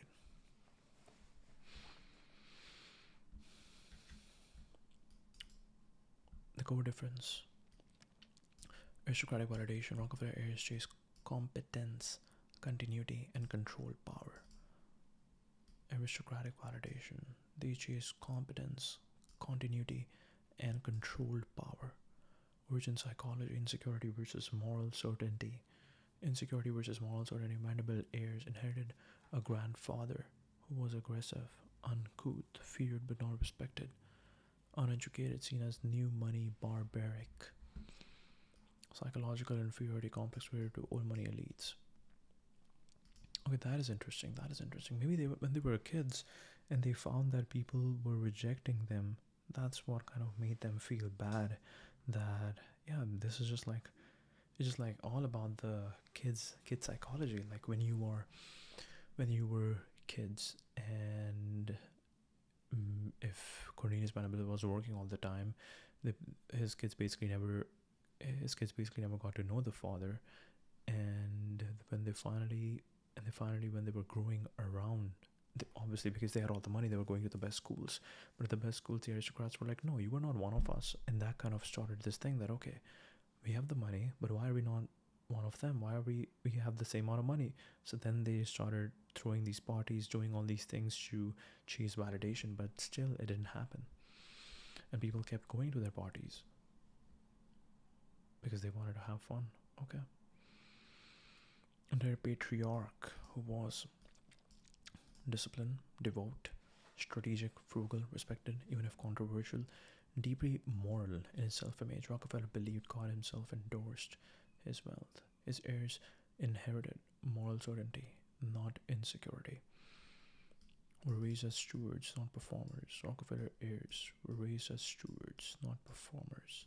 John D. Rockefeller trained his children like operators, disciplined schedules, charitable work from a young age, financial responsibility, ethical frameworks, the idea that wealth is duty, not display. Disciplined schedules, charitable work from a young age, financial responsibility, ethical frameworks, the idea that wealth is duty, not display. He constantly repeated, every right implies a responsibility, every opportunity an obligation.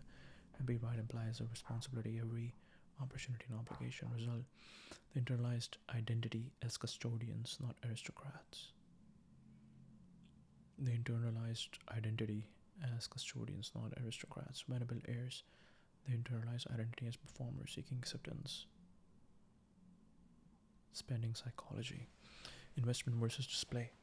Vanderbilt heirs spend money to signal status, perform refinement, imitate European aristocracy, compensate for insecurity. This led to mansions, balls, yachts, social pageantry. Rockefeller's heirs spent the money to expand foundations, build institutions, develop universities, influence policy, solve social problems, run existing businesses, preserve long-term capital. Rockefeller family homes were luxurious but never absurd. The Rockefellers invested, the Vanderbilts displayed. Build a dynasty structure, build nothing.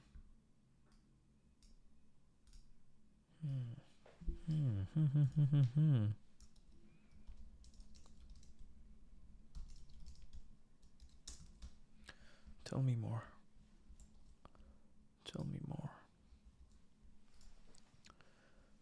The Rockefeller heirs created family offices, trust investment committees, governance structures, intergenerational management training. Wow. Unified mission.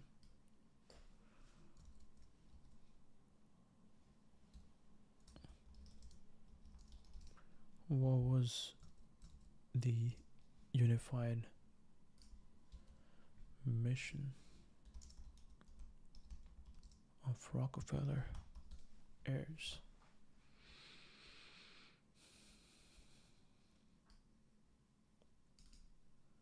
Turn extraordinary private wealth into a coordinated force for public influence.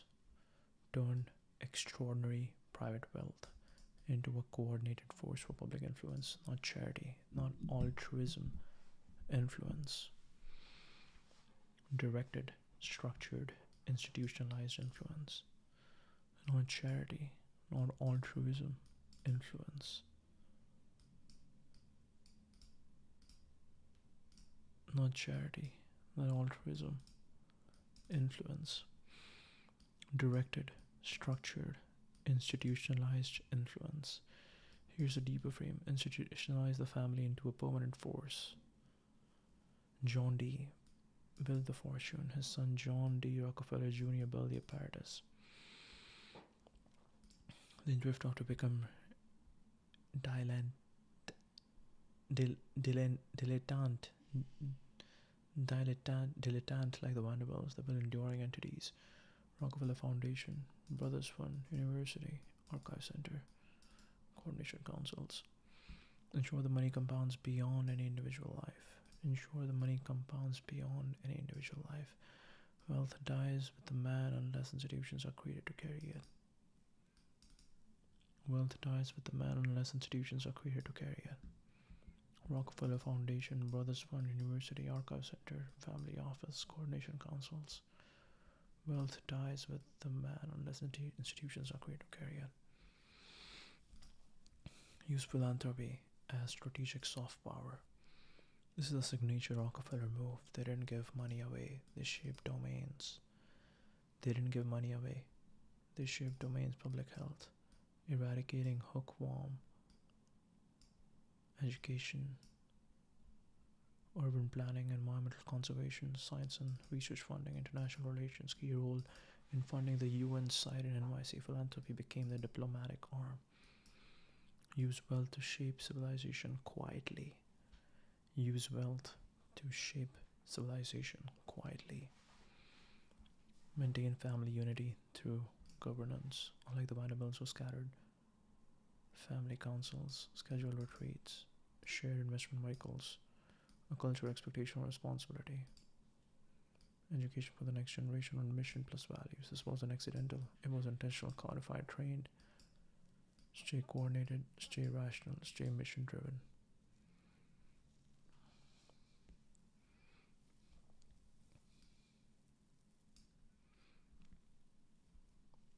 Maintain family unit through governance. Unlike the Vanderbilts who scattered, Rockefellers created family councils. Schedule retreats. Schedule retreats, that's very interesting.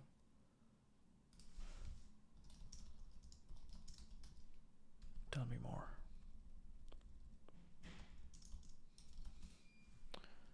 Tell me more, tell me more. Shared investment vehicles, a cultural expectation of responsibility. Education for the next generation on mission plus values. This wasn't accidental, it was intentional. It was intentional, codified, trained. The mission became stay coordinated, stay rational, stay mission driven.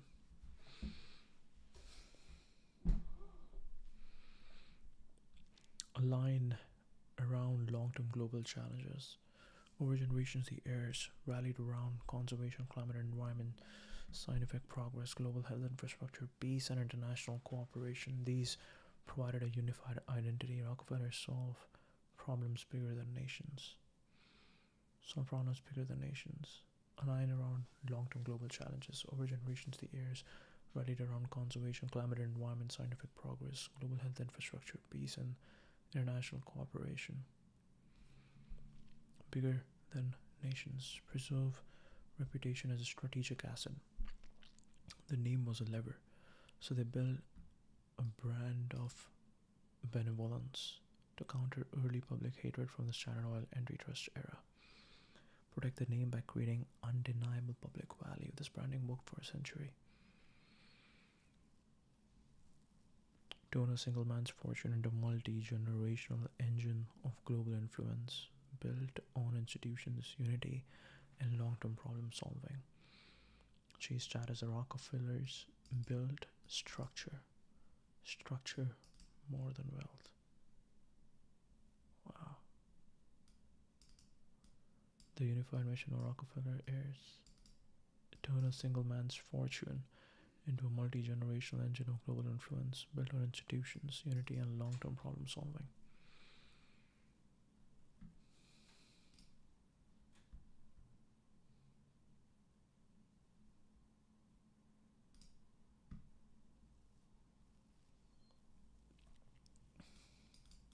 Baseball version of Rockefeller family retreats, because this is where the dynasty actually clicked into a unified mission. Most people think the family just stayed rich. No, they engineered cohesion like a Fortune 500 board. The Rockefeller retreats, a secret engine. These weren't vacations, these were strategic offsites, disguised as family weekends. Think BlackRock board meeting plus royal family ritual plus McKinsey culture ops. Culture ops. The core idea: if we don't meet, we drift. If we drift, we die as a dynasty. Wow, wow. If we don't meet, we drift. If we drift, we die as a dynasty. The Rockefeller retreats. The Baghdad retreat. The Baghdad retreat. The Baghdad retreat. I like that. I like that. I like that. I like that. I like that. I like that.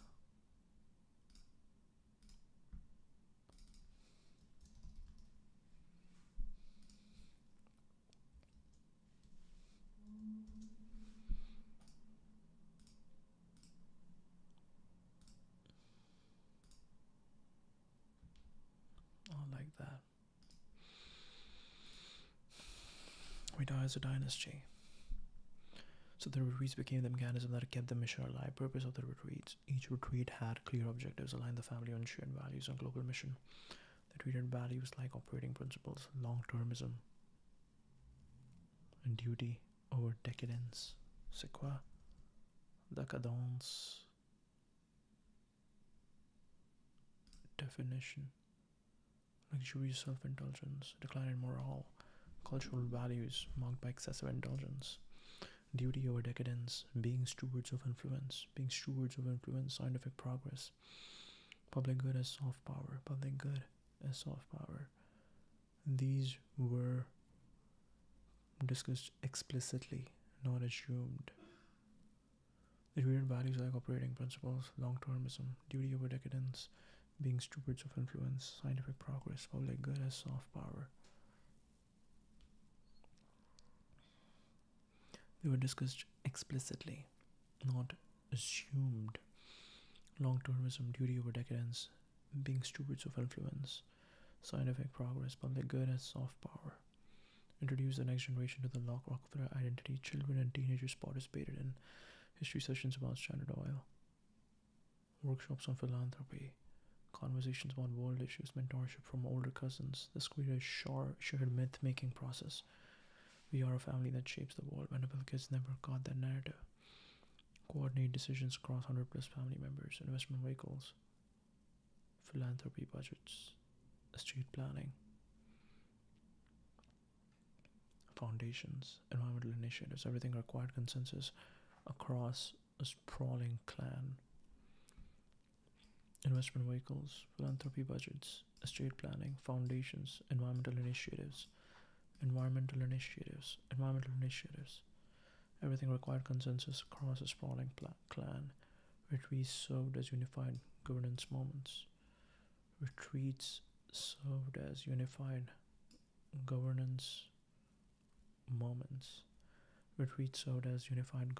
moments. Manage emotional and interpersonal harmony. This is underrated. The family believed interpersonal conflict is the fastest way to dissolve wealth.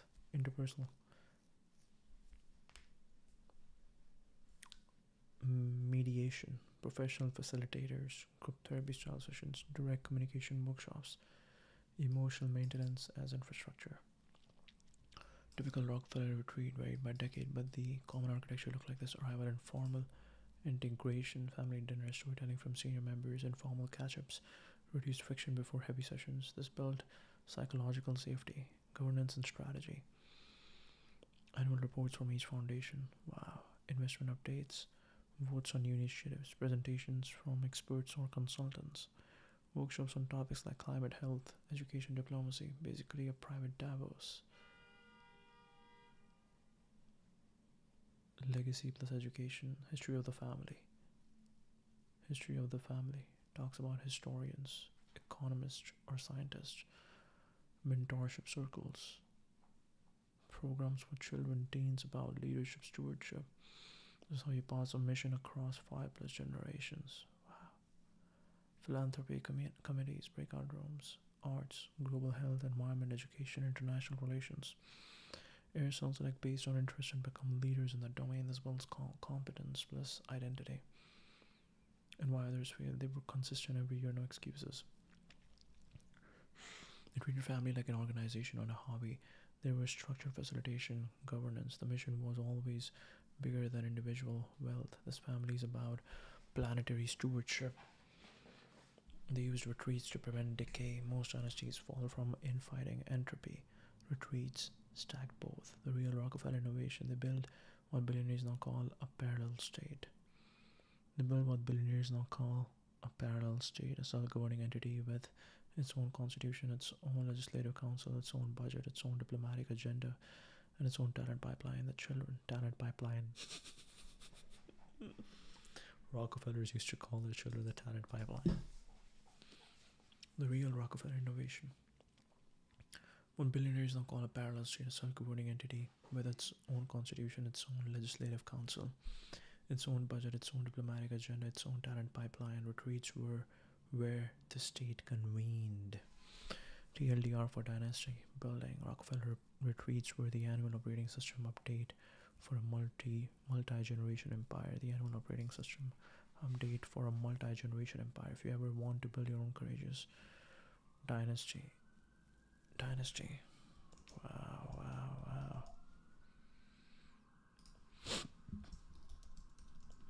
Give me 10 of dynasty.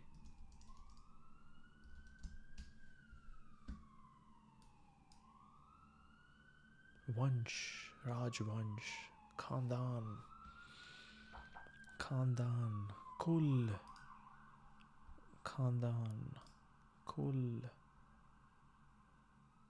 Parampara, Vanshaj, descendants, Parivarik Vansh, Rajgharana, lineage, Khandan.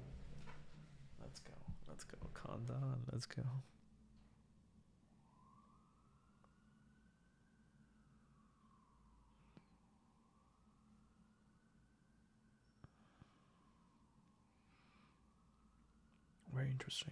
Very interesting. Wow. This is actually really cool. I think we'll keep doing this.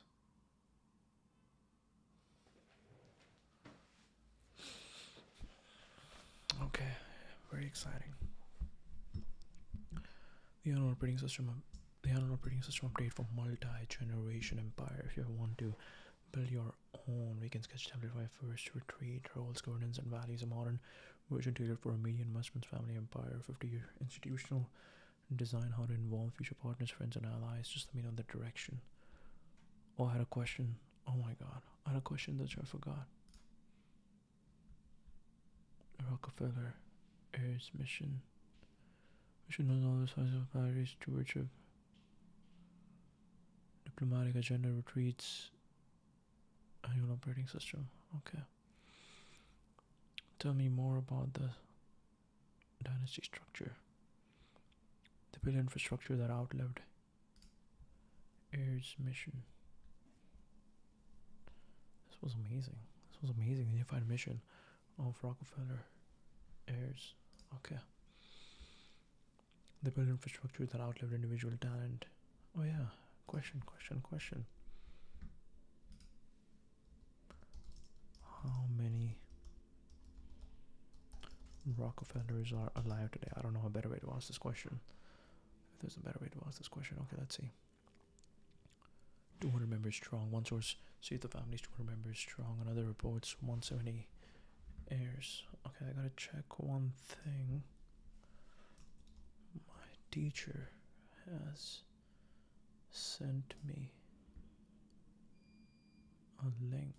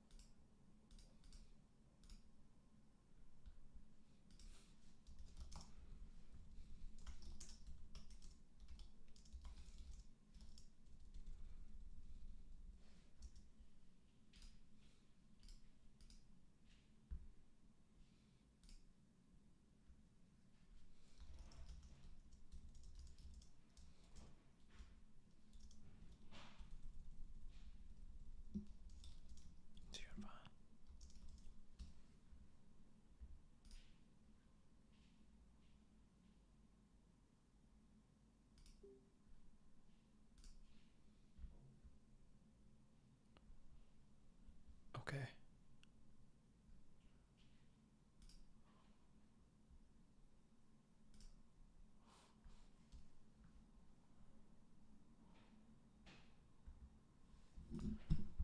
Okay. Okay.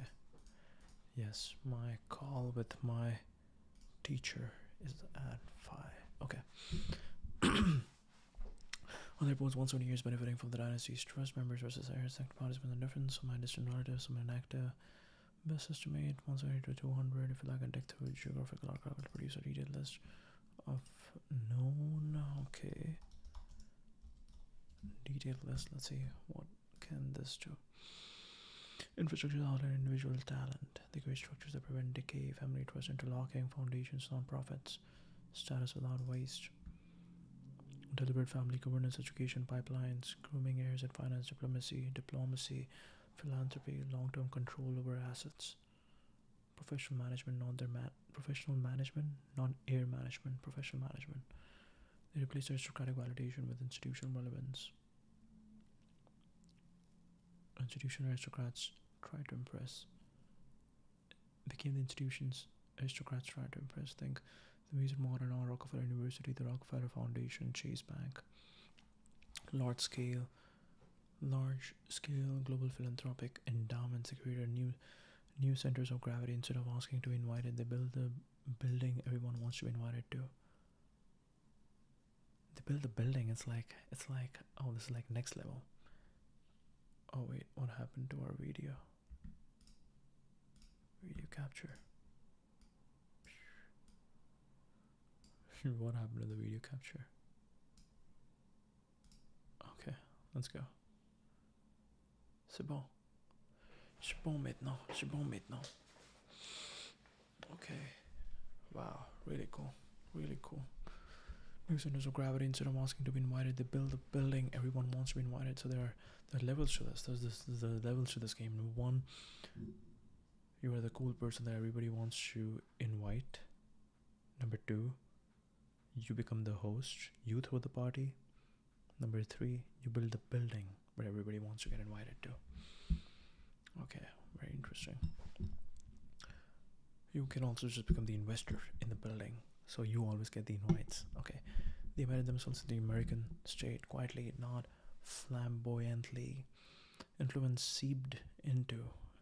influence seeped into public health, oil, banking, foreign policy, scientific research, academia, global development. This made their legacy anti-fragile, unavoidable heir. Influence seeped into public health, oil, banking, foreign policy, scientific research, academia, global development. Could blow money on parties. Blowing money as a foundation See you restraining them.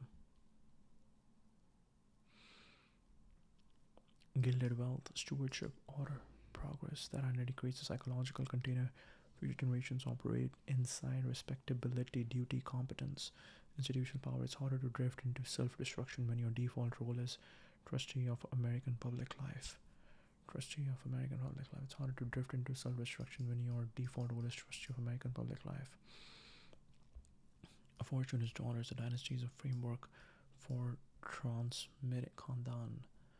Framework for transmitting power, values, influence over centuries. A fortune is dollars. The structure includes power, insulation, trust, decision, continuity, family offices, cultural narrative, family myth, intellectual capital, education norms, public legitimacy, philanthropy, strategic positioning, control of institutions. You don't inherit a vault, you inherit a lattice. Core insight.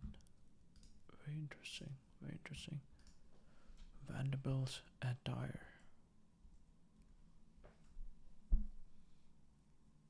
Oh no, I was asking about Vanderbilt.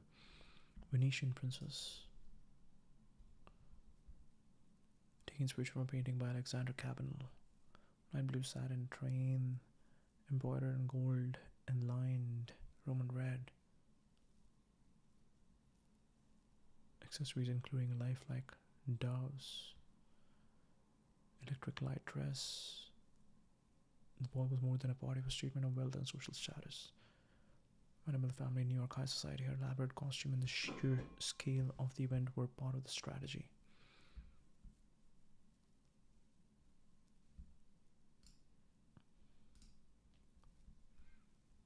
Yeah, this is what we're interested in.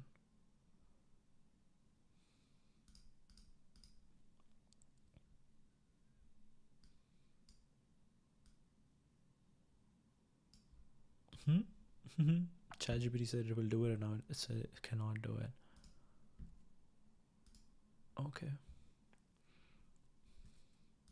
Health and diet. What we don't. Confined to his rooms for about 8 months before his death. Okay. Lexington. Okay. The immediate cause was reported as exhaustion brought on by long suffering from a complication of chronic disorders. He managed a vast fortune and worked intensely throughout his life. Later years, the toll of work, age, and chronic illness appears to have affected him. What we do not reliably know or have little evidence for. There's no detailed public record, none clearly found of his diet, nutrition habits, or whether he took care of his diet in the way we might think today. Beer instead of wine later years appear in older texts. They don't constitute reliable evidence of his overall dietary regime. We also do not have clear medical records showing the nature of his chronic disorders. However, let us assess how much diet played a role. I have some interesting ideas to share with my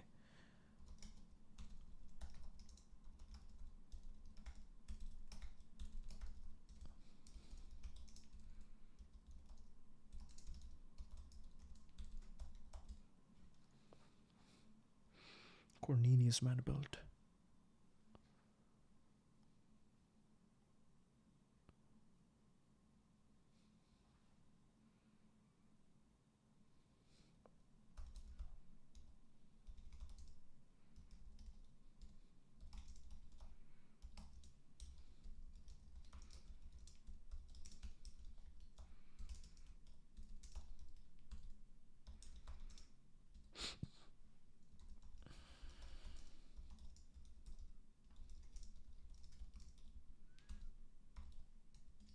L'essentiel est invisible pour les yeux. Oui, exactement. Wow, wow, wow.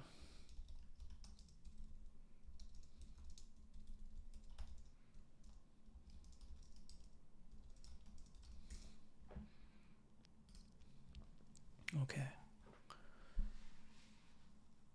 They don't consider reliable evidence of his oral dietary regime. We also do not have clear medical records showing the nature of his chronic disorders beyond chronic disorders and exhaustion. This is how much diet played a role. At age 82, he had long-standing health issues and his physical condition had deteriorated in his final months, confined to rooms for 8 months. Well managed healthy diet in the sense of low processed food, controlled portions. After a very active lifetime, suggests he had relatively good longevity of his era, maybe a reflection combination genetics, lifestyle.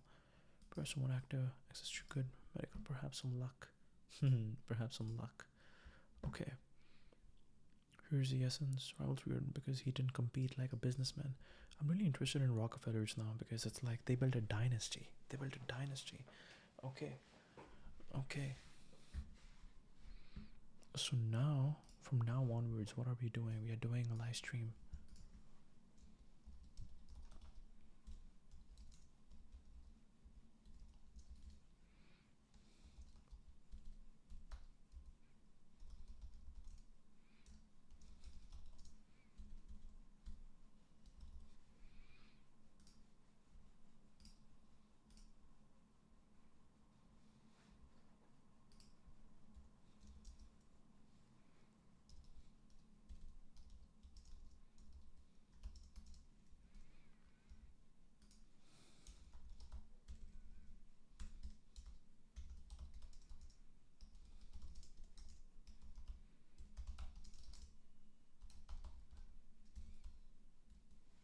Collector of artists, athletes, and entrepreneurs. Live stream topics. Okay.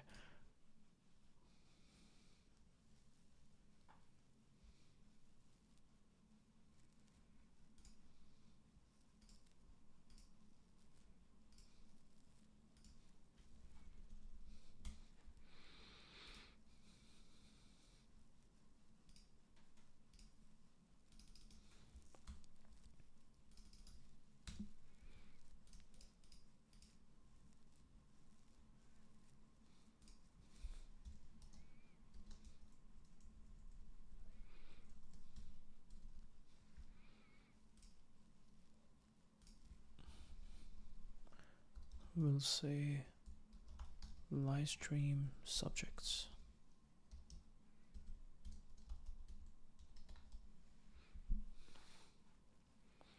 Live stream people. Live stream people. Live stream people.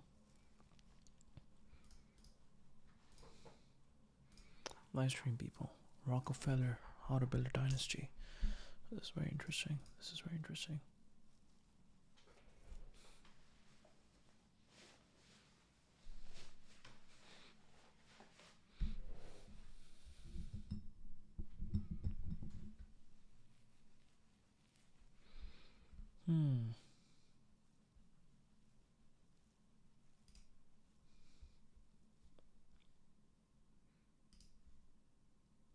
Okay, this was incredible. This was incredible what we did right now. Because we are not talking about the random stuff that's happening on Twitter. We're talking about very interesting things. Cornelius Vanderbilt. Okay, Rockefeller. Let's go. While the fear was so miserable, because he didn't compete like a businessman, he moved like a battleship. He projected overwhelming force. When Vanderbilt entered an industry, it felt like a warship appearing on the horizon, slow, silent, inevitable. Competitors knew he had more capital, more endurance, more appetite for conflict than anyone else. He didn't bluff, he closed in. Used naval strategy in business. His years running steamships conditioned him to think in terms of blockades, control of choke points, supply chain dominance, cutting off rival routes, blockades, control of choke points, supply chain dominance, cutting off rival routes, lowering prices to destroy enemy fleets, maneuver railroads the same way, seize the strategic artery. Everything downstream becomes yours. Supply chain dominance, cutting off rival routes, lowering prices to destroy enemy fleets. He weaponized price wars. Vanderbilt could drop fares to near zero, literally zero, and outlast everybody. Competitors fell the same threat sellers fell, seeing a warship that carried more firepower than their entire fleet. He was ruthlessly predictable. If you attacked him, he destroyed you, not emotionally, strategically. That clarity terrified rivals. You couldn't intimidate him, you couldn't bluff him, you couldn't bankrupt him. His rivals signaled a foregone conclusion. Other tycoons negotiated. Vanderbilt dominated.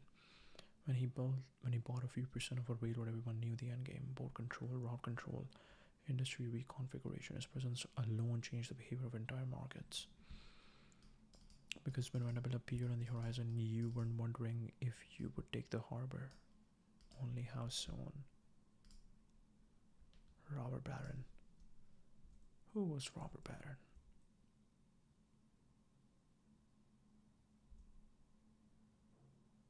Vanderbilt,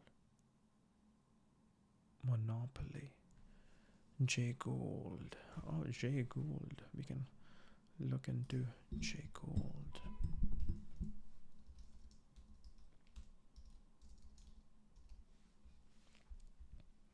Rockefeller.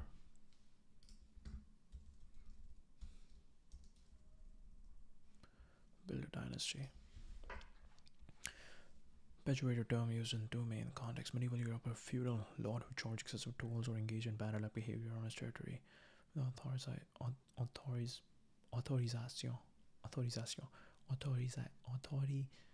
autorization, authorization. Wow, oh my god. Authorization. Okay. Unscrupulous, exploitative, or monopolistic practices manipulating markets, dominating a major industry, using aggressive tactics, undercutting competitors, buying them out, leveraging political influence or subsidies, exploiting labor, accumulating enormous personal wealth, expense of customers, workers, competitors. Robber knights, medieval nobles who imposed unauthorized tolls or robbed travelers. Gilded Age, Vanderbilt, Rockefeller. These figures also contribute large-scale growth and help build modern industrial infrastructure, economic concentration, corporate power, labor exploitation, interplay between business and government. The amounts responsible for visually dominating industry, using unfair methods and acting like a feudal overlord rather than a fair competitor.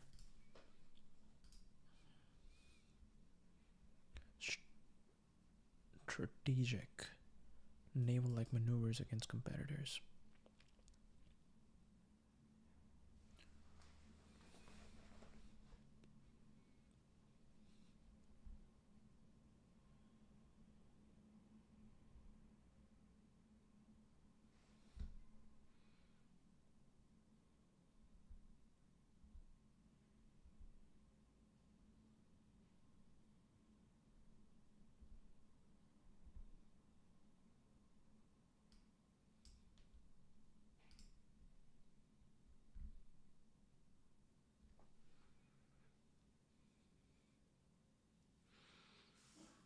Cut the fare from $3 to $1, eventually to even lower, even zero in some examples. Brothers are to stay out of the business.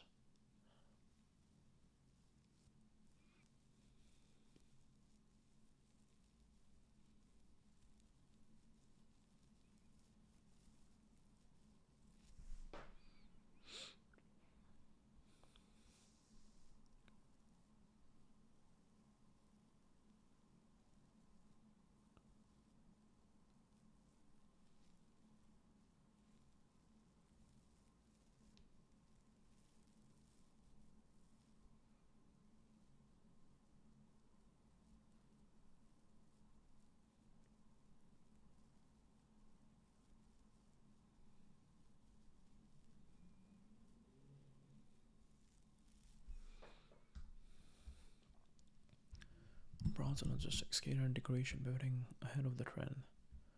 Ferry steamboats, transcontinental routes, railroads.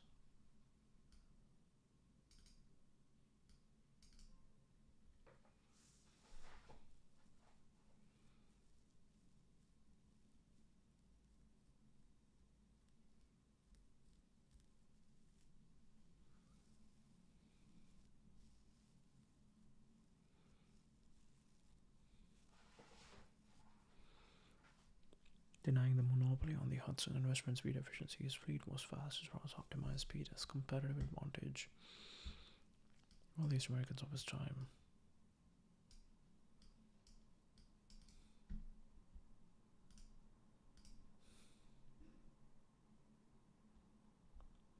Continuous reinvestment, shared bodies, professionalized money handling, no fragmentation.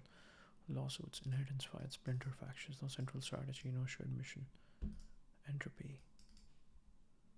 Internal validation.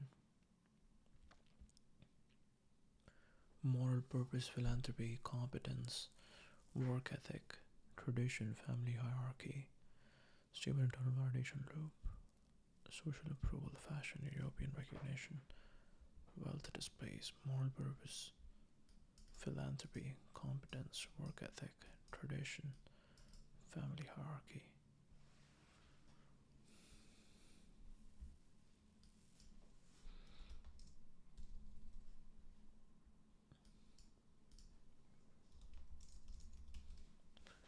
Oh my god, look at this beauty.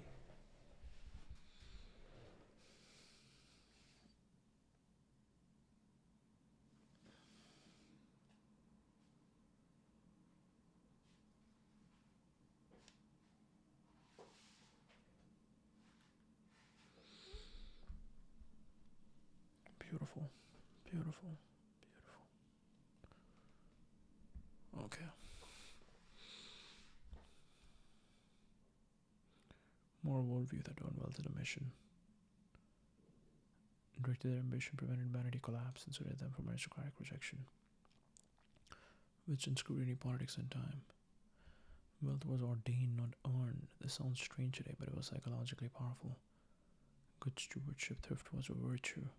Discipline was spiritual. Discipline was spiritual. Accumulating wealth meant you were chosen to distribute it wisely. So instead of insecurity or arrogance, he had moral certainty. His heirs inherited pride without ego, confidence without bravado, purpose without insecurity. This is the opposite of the Vanderbilt heirs.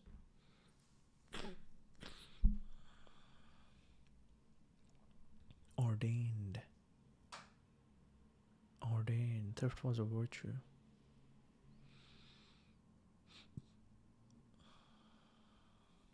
Responsibility, not permission. Rockefeller drilled this into his children. God gave us our money, now we must prove ourselves worthy of it. Discipline, stewardship, long term thinking, anti consumerism, humility.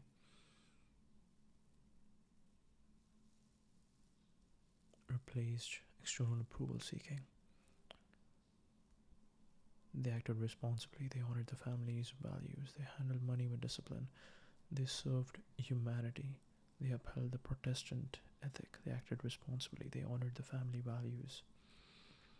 They honored the family values, they handled money with discipline, they served humanity, they upheld the Protestant ethic.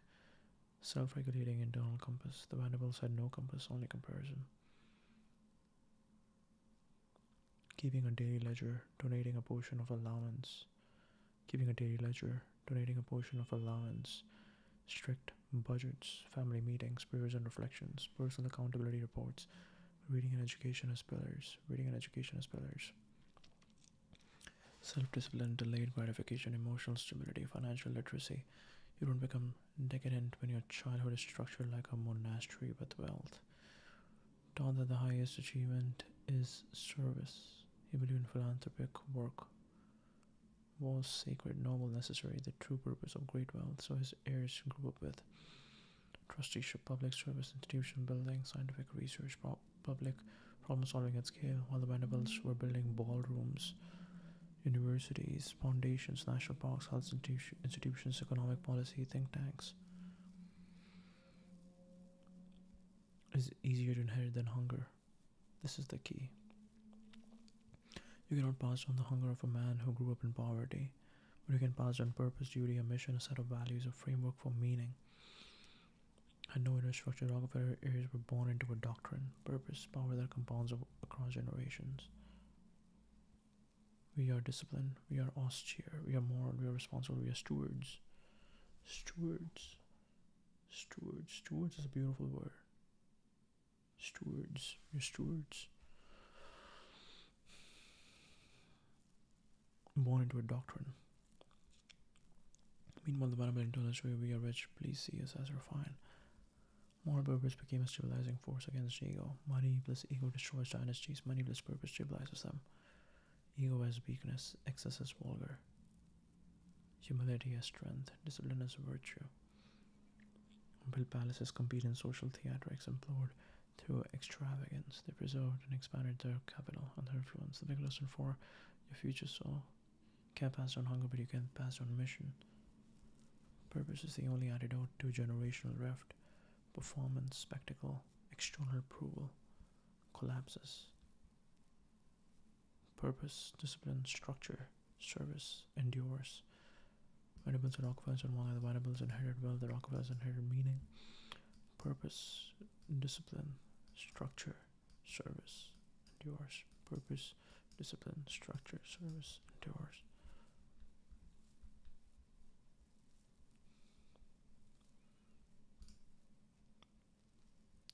Reused envelopes, tracked every penny, hated waste, taught his children simplicity, saving everything.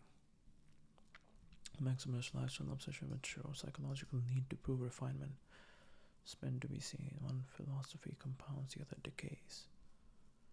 Stay connected to business and philanthropy. Foundations, policy institutions, financial stewardship, energy, banking, or philanthropy, public service, the state in the arena. Foundations, public institutions, financial stewardship, energy, banking, or philanthropy, public service. They stayed in the arena. Leisure, socialized society, columns, marriage, politics, art collecting. Oh no, art collecting is seen as bad. They left the arena for the ballroom, and dynasties die in the ballrooms. Wow. Strong identity anchors. The identity was rooted in Protestant work ethic, duty, restraint, prudence, long term thinking. When you know who you are, elites can't intimidate you. Had internal validation because of how John D raised them. Rockefeller's heirs derived worth from moral purpose, philanthropy, competence, work ethic, tradition, family hierarchy.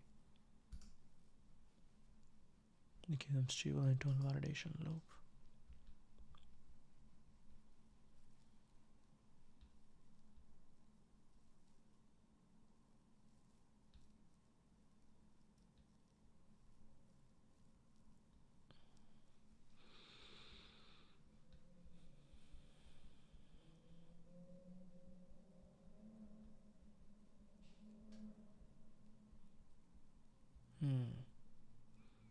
What went wrong? His heirs were raised in luxury, not in hunger.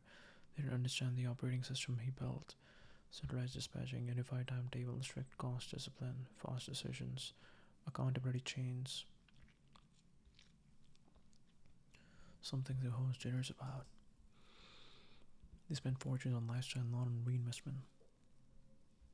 Palaces on Fifth Avenue, Marble House built more summer estates that made European aristocrats blush. Upgrading rolling stock, electrifying lines early, improving safety, modernizing management, expanding aggressively to the west, infighting, lawsuit skills, strategic focus. Inheritance battles, lawsuits over control, sibling resentments, divisions between branches. A railroad like a family drama. The Commodore ran it like a warship.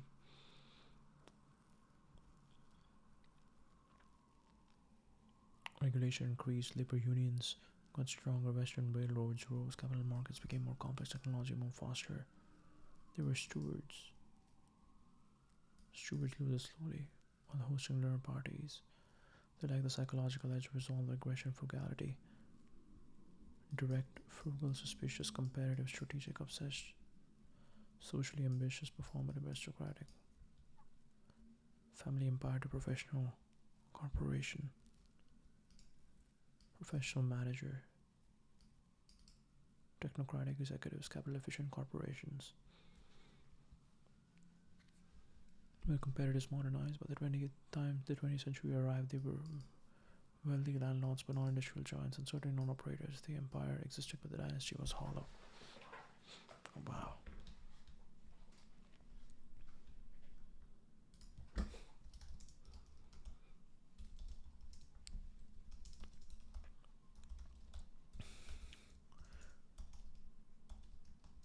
Railroad empire after his death. Let's see. I think it would be incredible, like if we keep talking about the great men of the past. It would be very interesting to see that how does ChatGPT learn from it and starts recommending me interesting things around it.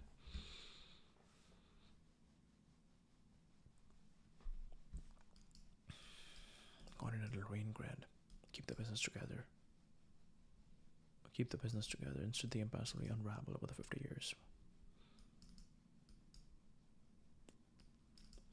Actually improved it. He doubled profits, expanded aggressively west, built the first scientific management systems, modernized operations, and he famously Said the public be damned, but here's the problem: he retired early, disillusioned, and passed the business to his sons before they were ready.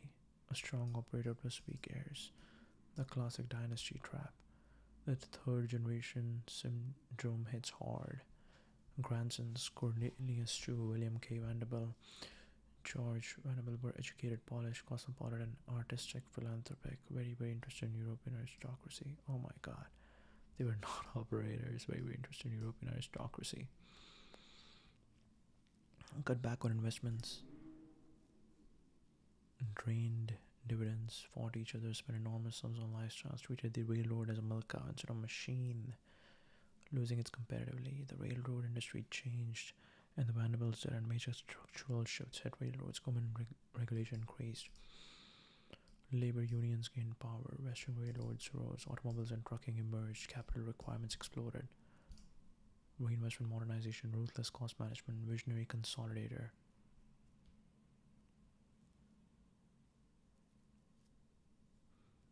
JP Morgan, Carnegie, JP Morgan, yes, yes. Andrew Carnegie, JP Morgan. I'm interested in JP Morgan next.